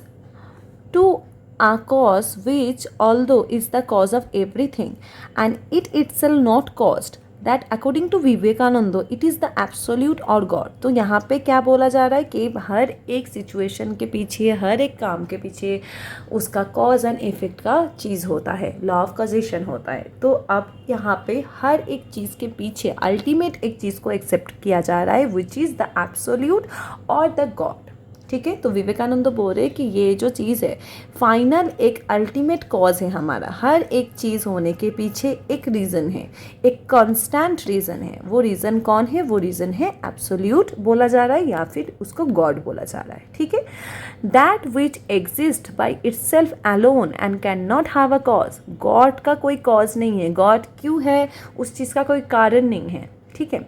So that which is free can not have any cause. जो चीज़ फ्री है, जिसका एग्जिस्टेंस किसी भी दूसरे चीज़ पे डिपेंडेंट नहीं है, तो फिर उसका कोई कॉज नहीं होगा, राइट। तो इसीलिए उसको हम ऐसा नहीं बोल सकते कि उसका कोई कॉज है, गॉड आने का उसके पीछे कोई रीज़न है, कोई रीज़न नहीं है, बिकॉज वो फ्री है, वो बाउंड नहीं है। हमें पता है कि जो सोल फ्री होता है ना, हम बोलते नहीं है कि सोल फ्री हो जाएगा लिबरेशन तक जाने के बाद वगैरह वगैरह, इसका बहुत सारी थ्योरी है। तो ह्यूमन बीइंग क्या है? हम बाउंड है, हम फ्री नहीं है, ठीक है। हम बोलते हैं यूजुअली कि we have free will, but क्या हर टाइम पे हर एक सिचुएशन में हमारे पास फ्री विल है?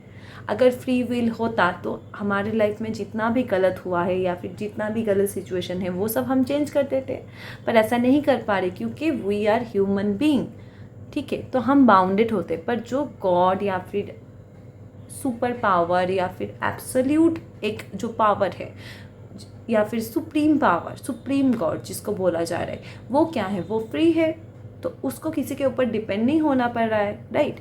तो इसीलिए because he is free he cannot have any cause else it would not be free।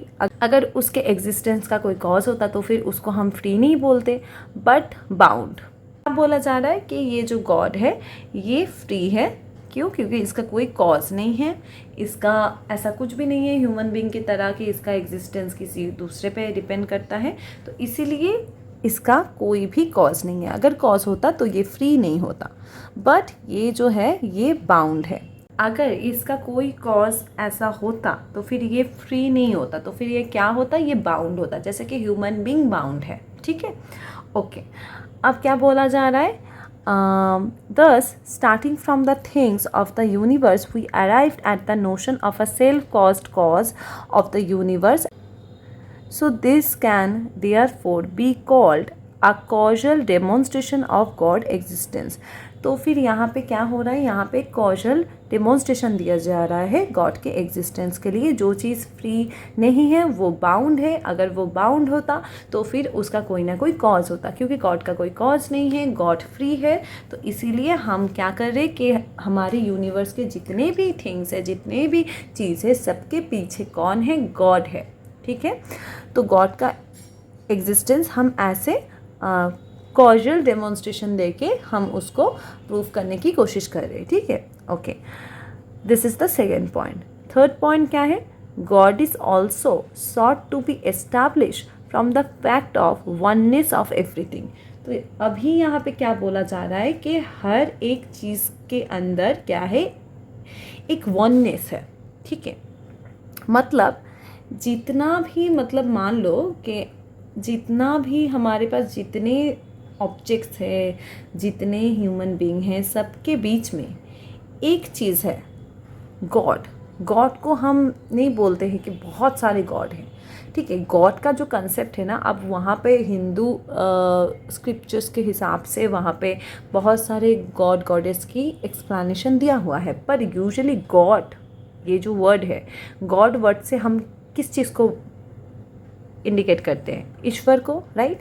तो ये जो गॉड है ना, तो इसको अब हम कैसे एस्टैब्लिश करेंगे, वननेस ऑफ एवरीथिंग. हर चीज़ के ऊपर एक ऐसा पावर है, एक ऐसा चीज़ है, who is God, who is considered to be God. Okay, so Vivekananda says that the universe expresses an essential unity of everything. तो ये जो यूनिवर्स है ना, ये एक्सप्रेस कर रहा है, इसका एसेंशियल यूनिटी है. सब चीज़ों के बीच में एक एसेंशियल इनका यूनिटी है, एक होने की एक काबिलियत है.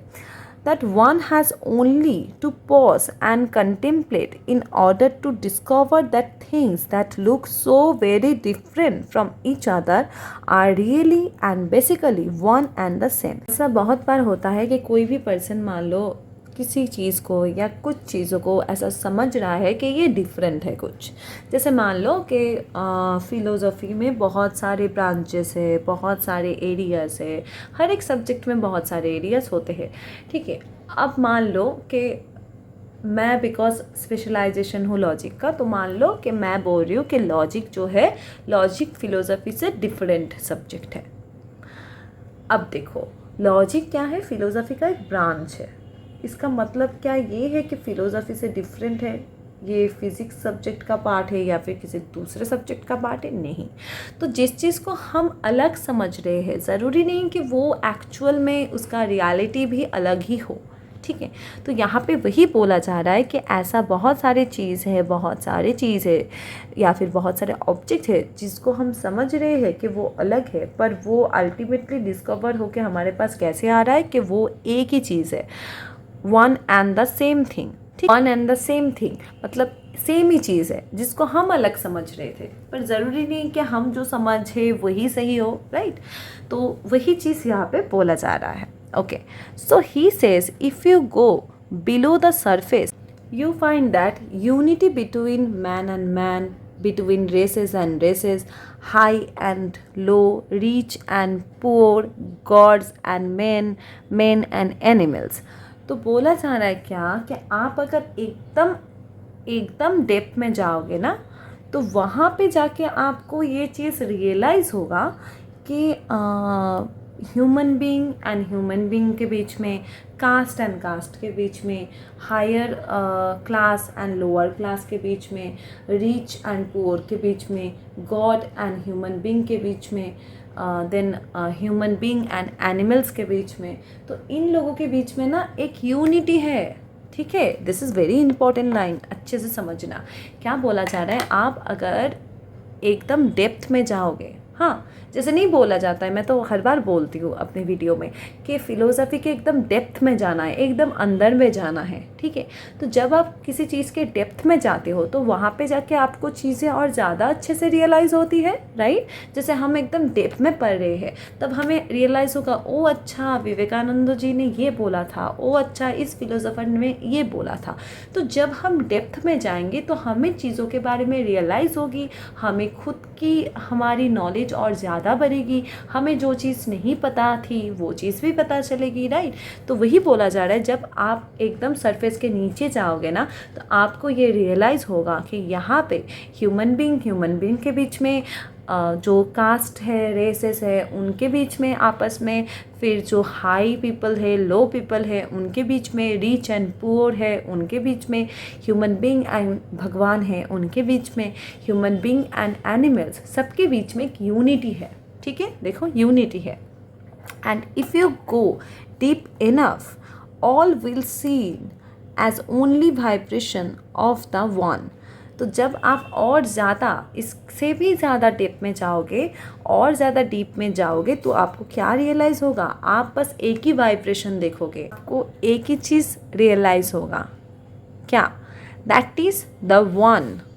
एक ही चीज़ होगा कि एक चीज़ है, एक ही चीज़ आपको वाइब्रेट होगा या एक ही चीज़ आपको फील होगा कि सारा जो चीज़ है, जितने भी चीज़ हमने बताई यहाँ पे, man, high people, low people, rich people, poor people, सबके बीच में एक ही चीज़ है, वननेस है, ठीक है।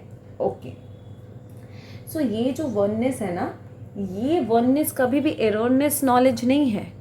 ये जो हम बोल रहे हैं कि ह्यूमन बीइंग और ह्यूमन बीइंग्स के बीच में, क्योंकि आप देखो ना, आप जितना भी बोलो, आपको अगर पूछा जाए कि आप ह्यूमन बीइंग्स को कैसे डिफ़ाइन करते हो तो आप क्या बोलोगे कि ह्यूमन बीइंग्स, कुछ लोग रिच है, कुछ लोग पुअर है, कुछ लोग अच्छे हैं, कुछ लोग रूड है। तो ये जो चीज़ है इसके ऊपर क्या है, हायर लेवल पे क्या है, एक वननेस है। सारा चीज़ किससे कंट्रोल हो रहा है, भगवान से। तो हम तो बस इंसान ही है ना, इंसान है, हम लिविंग बींग्स है, सारे के सारे, ह्यूमन बोलो, एनिमल्स बोलो, इंसेक्ट बोलो, हम लिविंग बींग्स हैं। तो हम वैसे ही डिफ़ाइन होते हैं, हम वैसे ही रेगुलेट होते हैं जैसे कि हमको रेगुलेट किया जाता है। नहीं बोलते हैं कि हम डॉल्स है, भगवान के हाथों की कठपुतलियाँ है, तो हमें जैसे नचाया जाता है हम वैसे ही नचते हैं। तो एक अल्टीमेट चीज़, हर चीज़ के एकदम डीपर में जाओगे तो आपको एक ही चीज़ दिखेगा, दैट इज़ द वननेस, ठीक है। तो यहाँ पे फिर ये जो थर्ड पॉइंट है, यहाँ पे वननेस के पॉइंट से प्रूफ किया जा रहा है गॉड का एग्जिस्टेंस, ओके। एंड ये बिल्कुल ही डिल्यूशन नहीं है। देखो यहाँ पे क्या बोला जा रहा है, who has attended to this conception of oneness has no more delusion. जिसको ये कंसेप्शन हो रहा है वननेस की, उसके अंदर कोई भी एररनेस, कोई भी डिल्यूशन नहीं होना चाहिए। इस चीज़ को लेके, इस कंसेप्ट को लेके कोई भी कन्फ्यूजन नहीं होना चाहिए। So this fact of unity itself is an argument in favour of the one. तो ये जो यूनिटी का आर्गूमेंट है, ये जो वननेस है उसके फेवर में है।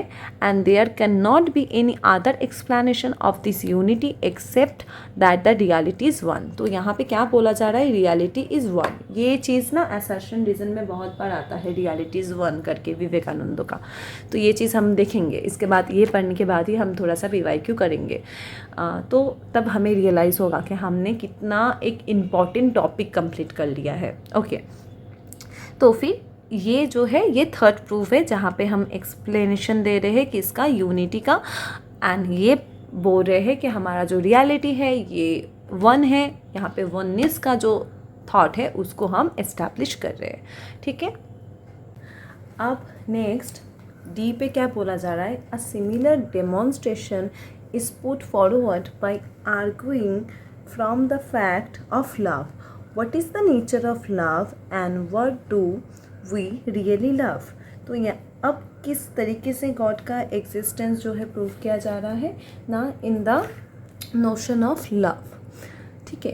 तो लव जो है, प्यार जो है, उसका नेचर क्या है, and what do we really love, and हम हमारी ज़िंदगी में कौन से ऐसे चीज़ है जिससे सच में अपने दिल से प्यार करते हैं, ठीक है। तो ऐसा कौन सा ऑब्जेक्ट या फिर कौन सा चीज़ें है जिससे हम प्यार करते हैं। तो यहाँ पे विवेकानंद तो क्या कर रहे हैं, उन्होंने कहीं भी कोई भी हेजिटेशन नहीं किया है, ठीक है। तो यहाँ पे वो बोल रहे हैं, Vivekananda does not have any hesitation in saying that we do not really love any other. तो विवेकानंद तो ये बोलना चाह रहे हैं कि कोई भी पर्सन जो है किसी दूसरे पर्सन को सच में प्यार नहीं करता है, but we love our self. दूसरों को ज़्यादा प्यार नहीं करता, सबसे ज़्यादा इंसान पहले खुद को ही प्यार करता है। तो विवेकानंदों ने एक बार के लिए भी हेजिटेशन नहीं की, एक बार के लिए भी उन्होंने नहीं सोचा कि ये बोलना सही होगा या गलत।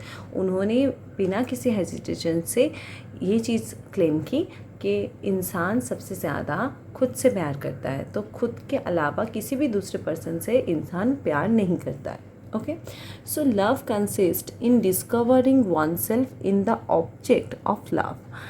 And he says, none, O beloved, loves the husband for the husband's sake, but it is for the sake of the self who is in the husband that the husband is loved. Okay, तो क्या बोला जा रहा है, वो बोल रहे हैं कि हम तो खुद से प्यार करते हैं। तो ये जो लव है ना, ये लव किस चीज़ पे हो रहा है ना, हम जो खुद को डिस्कवर कर रहे हैं, हम जो खुद के लिए जो चीज़ हम निकाल के ला रहे हैं या खुद के बारे में जो पता चल रहा है, उससे हमें प्यार है। हम नहीं बोलते कि मेरे को ये चीज़ बहुत अच्छे से आता है, मेरे को वो चीज़ बहुत अच्छे से आता है, तो उसमें हम क्या कर रहे हैं, खुद की तारीफ़ कर रहे हैं, राइट। तो इसलिए लव किस चीज़ पे कंसिस्ट हो रहा है ना, कंसिस्ट हो रहा है in discovering our own self और the object of love of our self, ठीक है।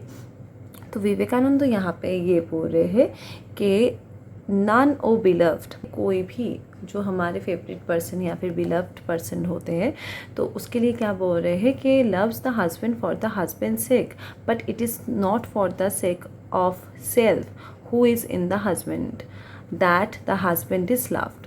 None, O beloved, loves the wife for the wife's sake, but it is for the sake of the self who is in the wife that the wife is loved। तो क्या बोला जा रहा है, कोई भी यहाँ पे अपना जो हस्बैंड है या फिर अपना जो वाइफ है उसको इसलिए मतलब प्रोटेक्ट नहीं करता है, इसलिए उससे प्यार नहीं करता है क्योंकि वो उसका हस्बैंड है, पर इसलिए करता है क्योंकि उसको उस पर्सन की, अगर मैं किसी का हस्बैंड हूँ तो उसको अपनी वाइफ की ज़रूरत है, अगर कोई वाइफ है तो उसको अपने हस्बैंड की ज़रूरत है। इसीलिए मतलब खुद के लिए, बस वो इंसान जो दूसरा पर्सन है उसके लिए उससे प्यार नहीं किया जा रहा है, खुद के लिए उससे प्यार किया जा रहा है।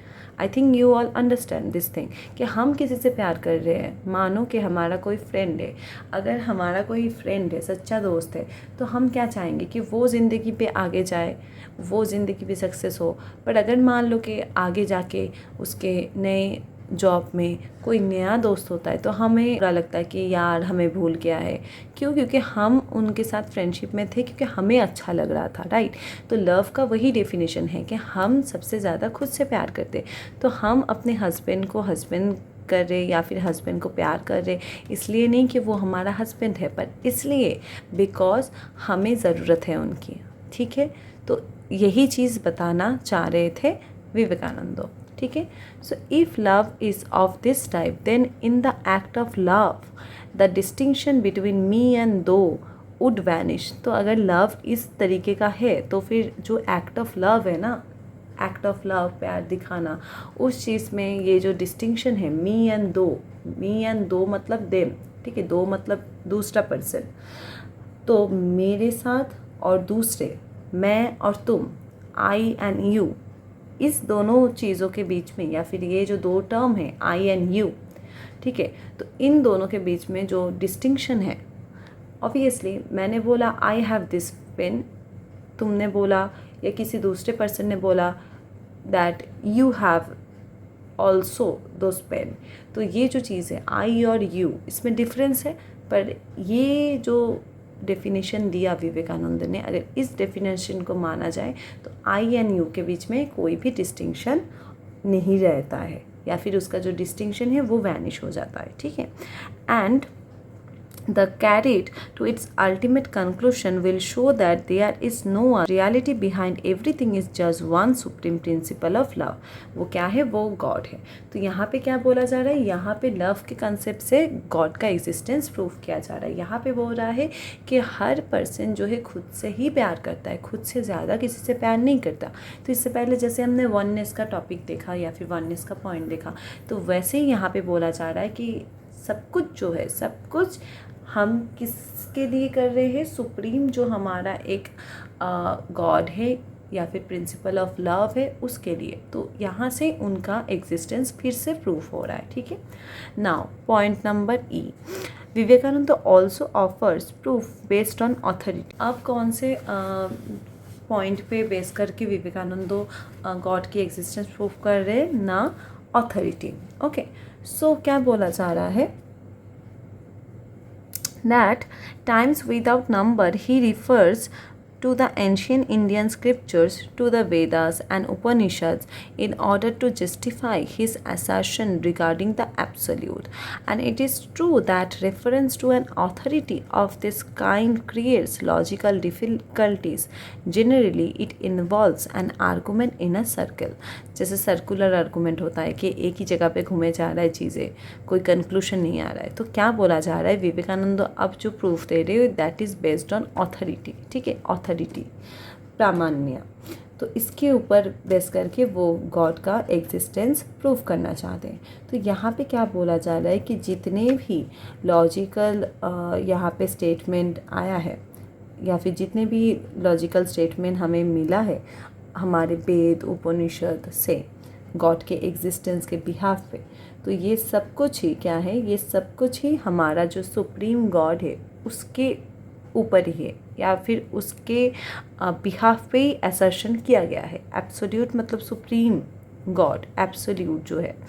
Okay, so it is true that reference to authority of this kind create logical difficulties, because ये जो सारे रेफरेंस है ना, ये जो सारे अथॉरिटी है, तो ये सब चीज़ क्या क्रिएट करता है ना? लॉजिकल डिफ़िकल्टीज क्रिएट करता है। एंड इसकी वजह से क्या होता है कि हम एक ही जगह पे फंसे रहते हैं, एक ही जगह पे घूमे जा रहे हैं।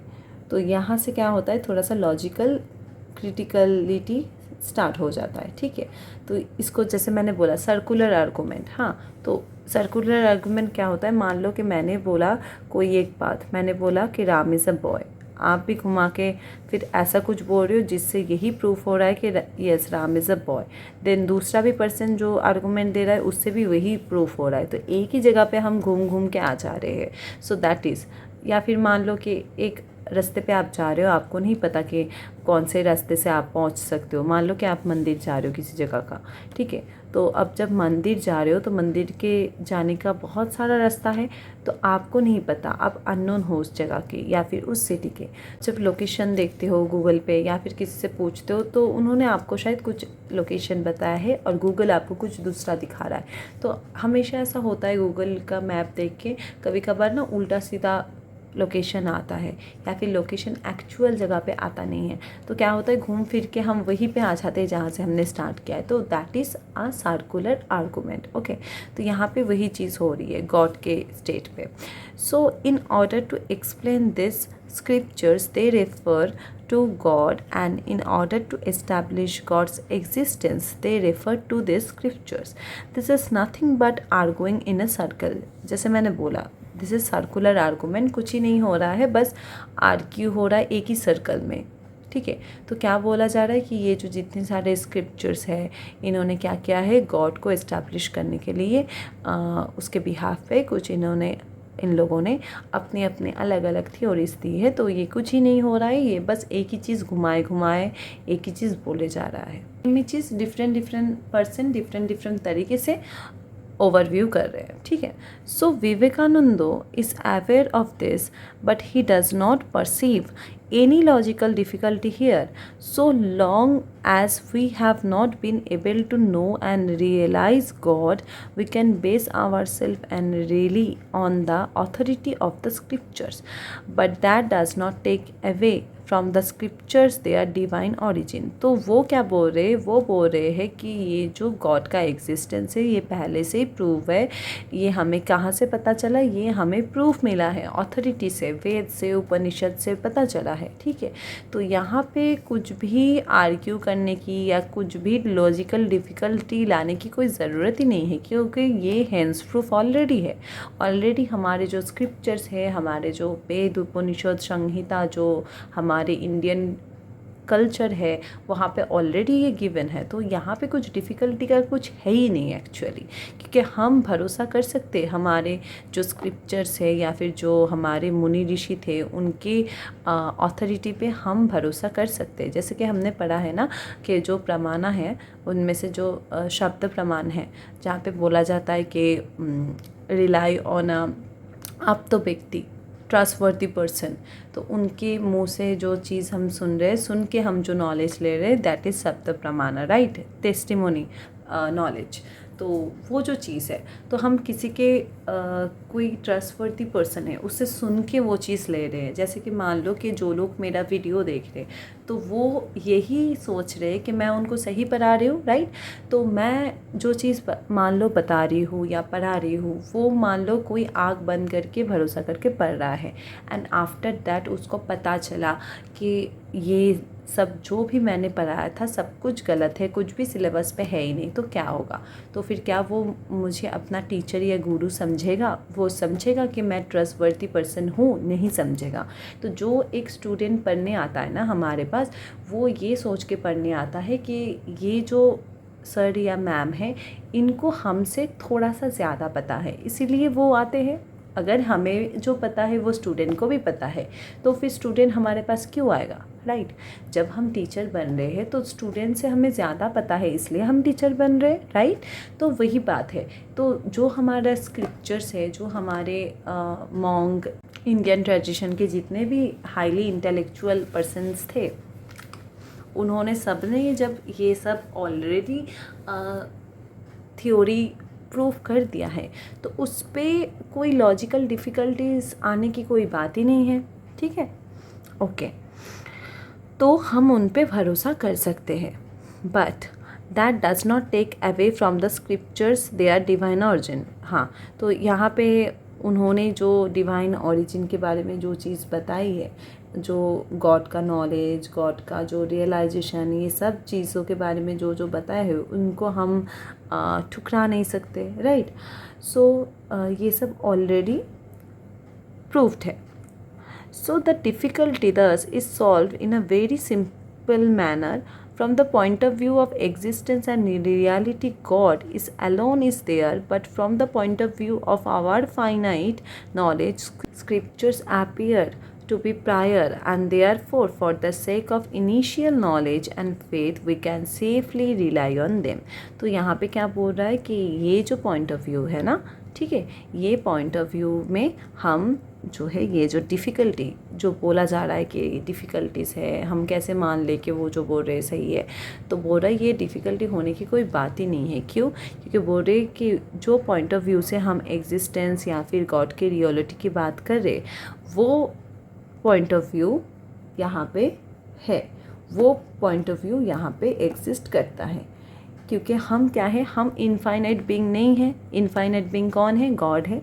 तो हम फाइनाइट बीइंग है, राइट। तो हमारे नॉलेज के हिसाब से या फिर हम जितना परसीव कर सकते हैं उसके हिसाब से क्या है कि ये जो सारे नॉलेज है, ये जो सारे जो शास्त्र है, जो स्क्रिप्चर्स है, जो बुक हमने पढ़ा है, वो चीज़ आया है हमारे सामने पहले, राइट। तो इसीलिए हम इन सारी चीज़ों को पहले मानते हैं अपना प्रूफ समझ के, ठीक है। उनको ही हम पहले मानेंगे क्योंकि हम बचपन से पढ़ के आए हैं वेद, उपनिषद, तो वहाँ पे जो बताया जा रहा है या फिर जो आ रहा है सामने, तो उस चीज़ के बिहाफ पे हम यही मानेंगे कि गॉड का एग्जिस्टेंस है। देखो यहाँ पे लिखा हुआ है that this is prior, and हमारा एक फेथ है, हमारा एक इनिशियल नॉलेज ऑलरेडी बिल्ड हुआ है उस हिसाब से।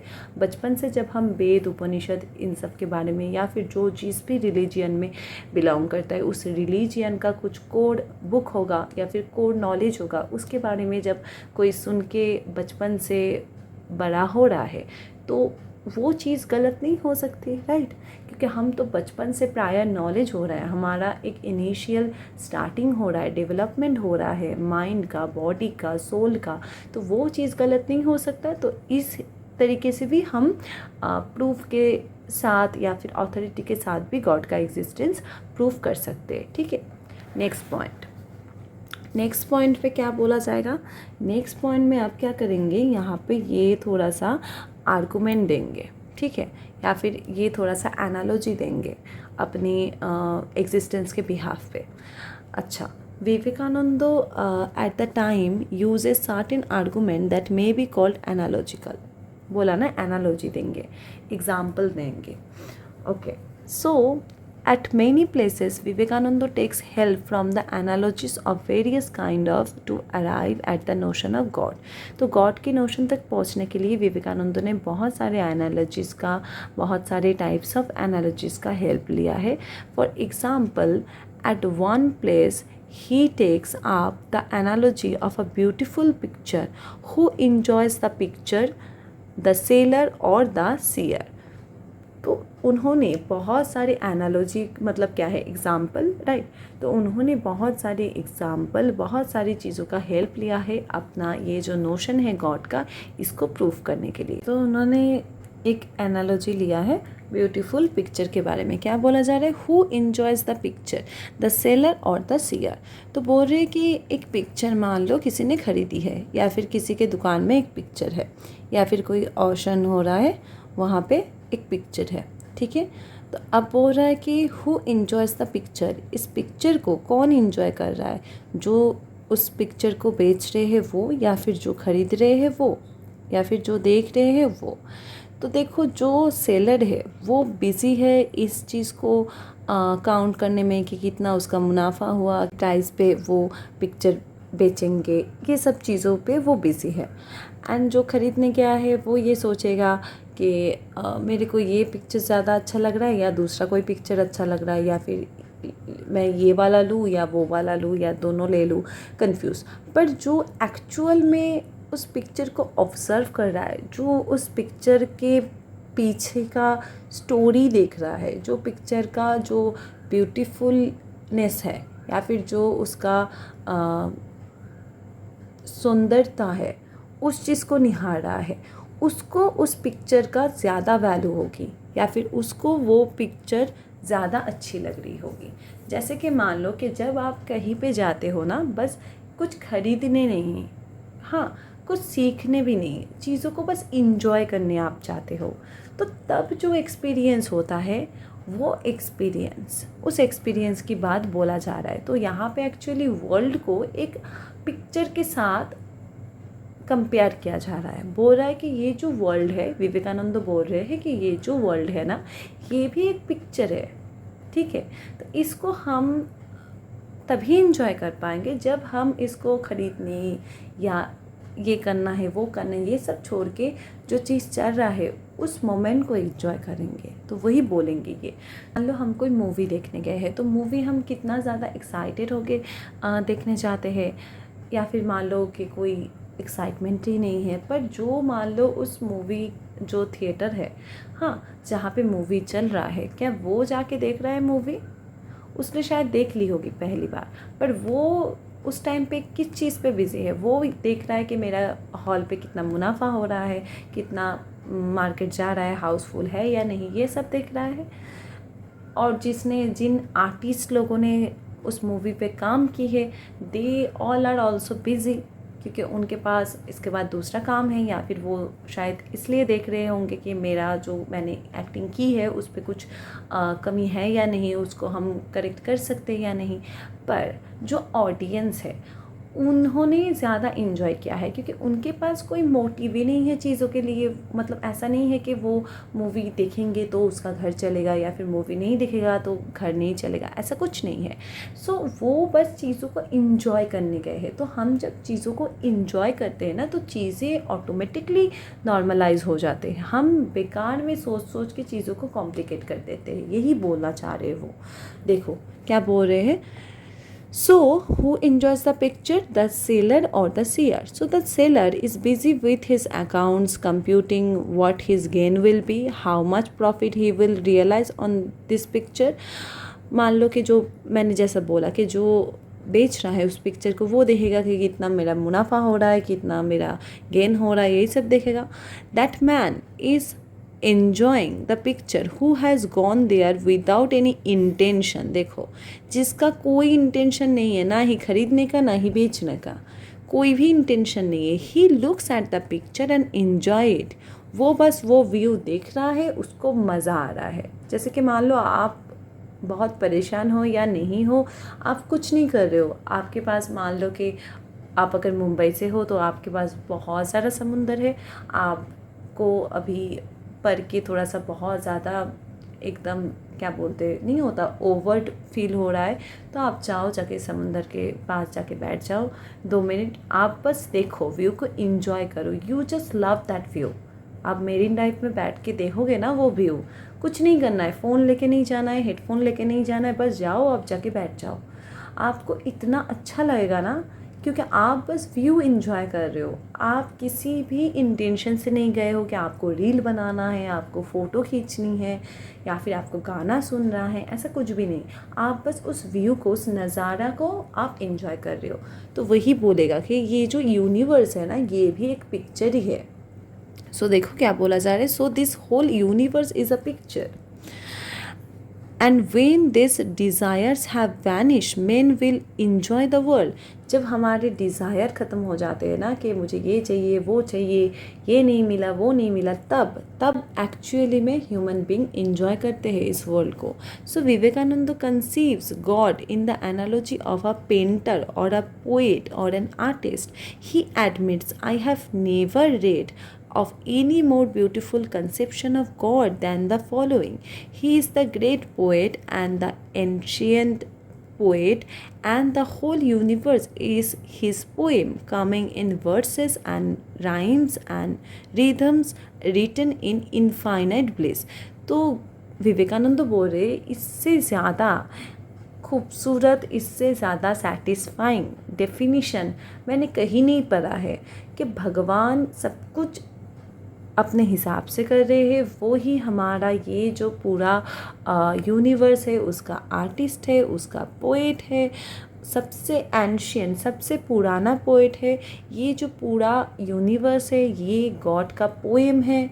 वो सबसे अच्छा रिदम देते हैं, सबसे अच्छा राइम्स करते हैं, सबसे अच्छा वर्ड्स लिखते हैं, एंड सबसे अच्छा स्टोरी लिखते हैं। तो ये जो चीज़ है ना, ये जो चीज़ उन्होंने लिखी है, दिस इज़ इनफाइनाइट ब्लिस। ये बहुत ब्लिस या फिर बहुत एक पीसफुल सिचुएशन है। एंड बिकॉज मैंने बोला कि हम फाइनाइट बींग्स हैं, ठीक है, पर गॉड क्या है, गॉड इनफाइनाइट बींग्स है।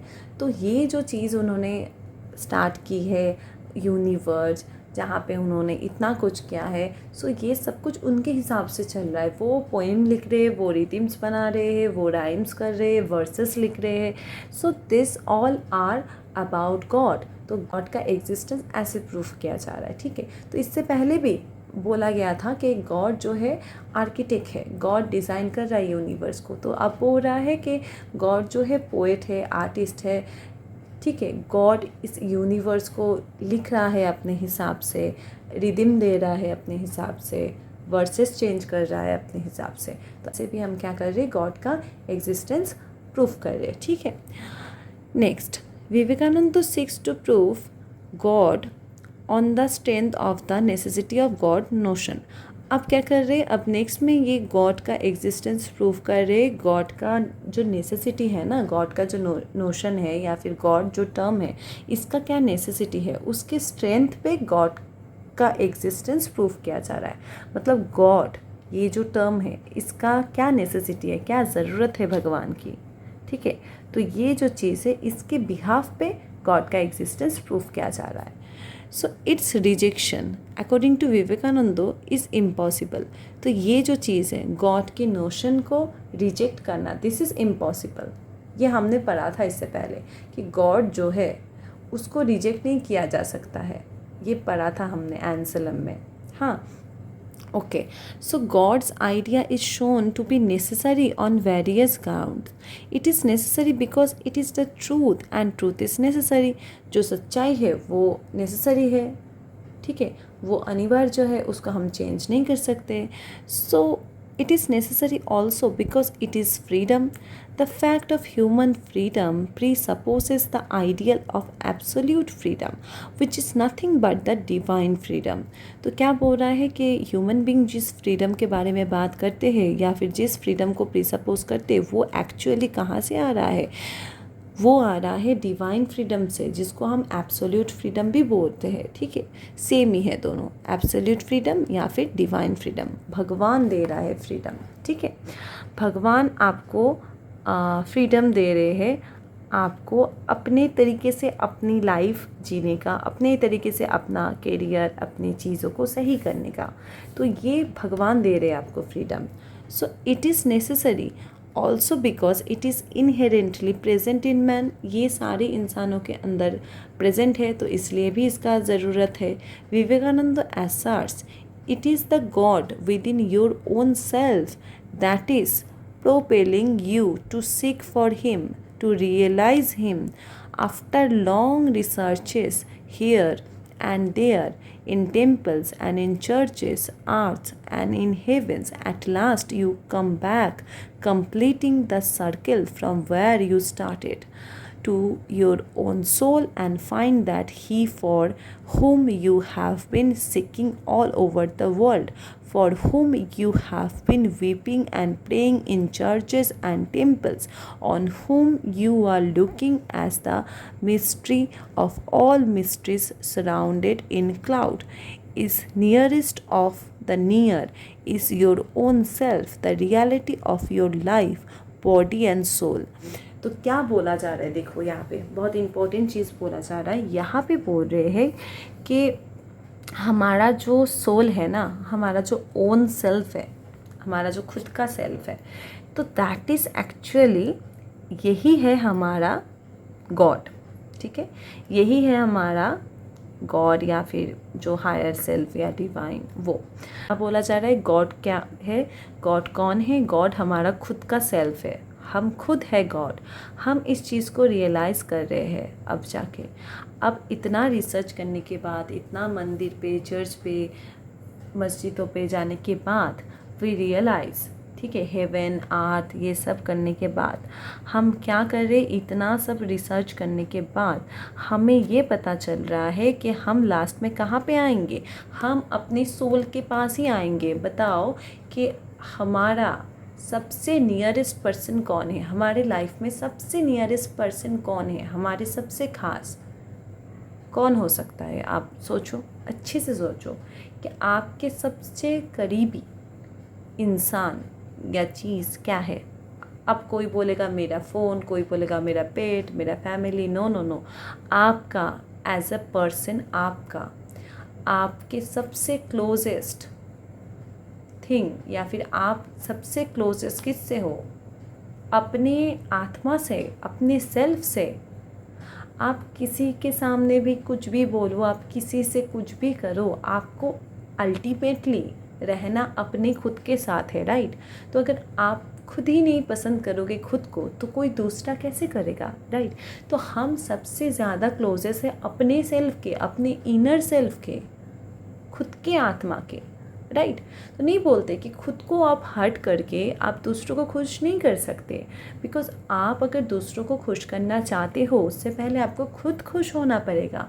आपको जो चीज़ करना चाहिए या फिर आप जो चाह रहे हो करना, आप वो करोगे तभी जाके आप दूसरों को भी मदद कर पाओगे, राइट? तो वो चीज़ है कि आपका इनर सेल्फ वही एक्चुअल में गॉड है। पूरा मंदिर, मस्जिद, चर्च घूम के आने के बाद आप कहाँ पे आओगे? आप खुद के सेल्फ पे ही घूम के आओगे, ठीक है? तो यही है आपका गॉड, आपका खुद का ओन सेल्फ, ठीक है? उसके बाद क्या बोला जा रहा है कि आप ये जो इतना टेम्पल पे जाके आप प्रेयर कर रहे हो, इतना जो आप हर चीज़ पे डाउट कर रहे हो भगवान पे, हर चीज़ पे आप बोल रहे हो कि ये चीज़ नहीं हुआ, वो चीज़ नहीं हुआ, तो आप किससे बोल रहे हो? आप अपने सेल्फ से ही बोल रहे हो। तो आपका सेल्फ ही आपका गॉड है। ओके, देखो आप सबसे नियरेस्ट किसकी तरफ हो? मैंने जो बोला कि हम सबसे ज़्यादा नियरेस्ट अपने सेल्फ के टूवर्ड्स है, सबसे ज़्यादा क्लोजेस्ट हमारा सेल्फ ही है, आत्मा। ठीक है, हम नहीं बोलते सेल्फ रिस्पेक्ट, तो मतलब किस चीज़ पे प्रॉब्लम हो रहा है हमें? हम नहीं बोलते सेल्फ रिस्पेक्ट, खुद का आत्मसम्मान, खुद का आत्मा, राइट? तो वो जो चीज़ है, तो वहाँ से ही फिर क्या हो रहा है? वहाँ से ही एग्जिस्टेंस ऑफ गॉड आ जा रहा है, राइट? देखो, गॉड दस is necessity and necessary because the very condition of existence involves God.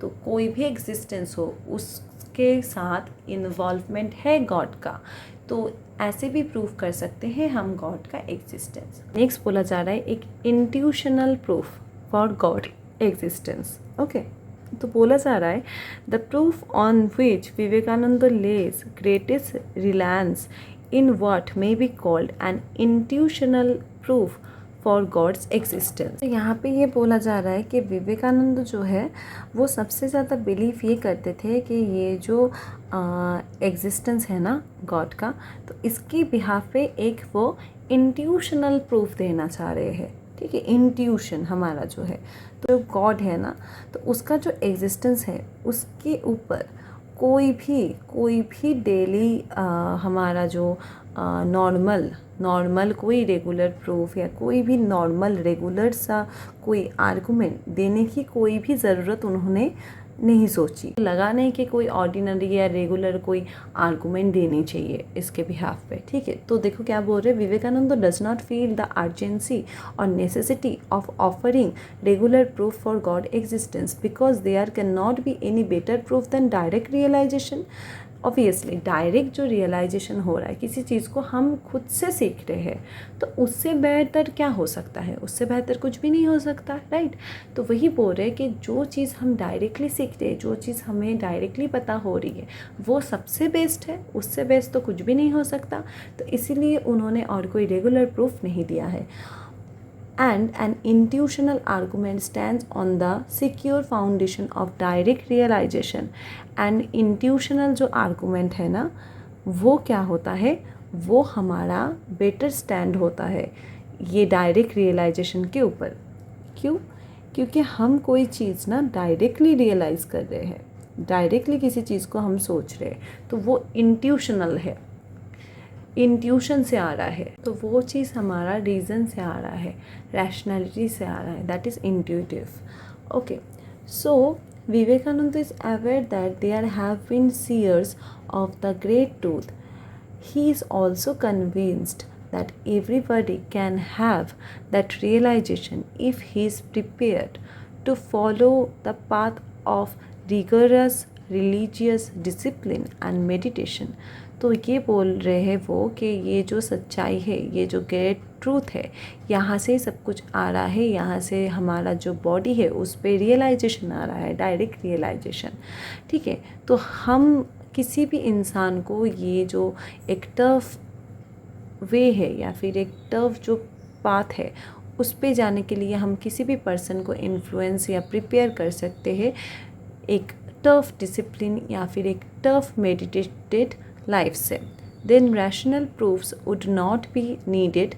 These proofs are needed only so long as the capacity to have a direct vision is not developed। तो फिर ये जो rational proof है वो हमें लगेगा ही नहीं, क्योंकि ये प्रूफ कब लगता है, जब हमारे पास कैपेसिटी नहीं है डायरेक्ट विजन की या फिर डायरेक्ट रियलाइजेशन की।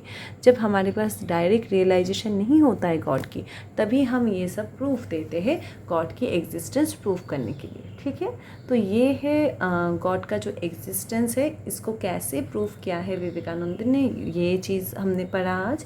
एंड यहाँ से बहुत सारे सवाल आते हैं। ठीक है, एंड ये बहुत इंटरेस्टिंग है, आप लोग देख रहे होंगे कि बहुत अच्छा कंसेप्ट बोल रहे हैं, एकदम मतलब ईजी कंसेप्ट है, ठीक है। तो आई होप कि आप लोगों को ये समझ में आया है। तो मैं ये गॉड का जो कंसेप्ट है इसका जो चीज़ मैंने पढ़ाया है वो चीज़ का मैं PDF बना के ग्रुप में दे दूँगी। And if anybody have any doubts please let me know, ठीक है। कोई भी डाउट हो, कोई भी पॉइंट आपको नहीं समझ में आया है तो आप प्लीज़ मुझे बताना, मैं कोशिश करूँगी कि आपकी प्रॉब्लम मैं सॉल्व कर पाऊँ। थैंक यू सो मच, मिलते हैं नेक्स्ट क्लास में।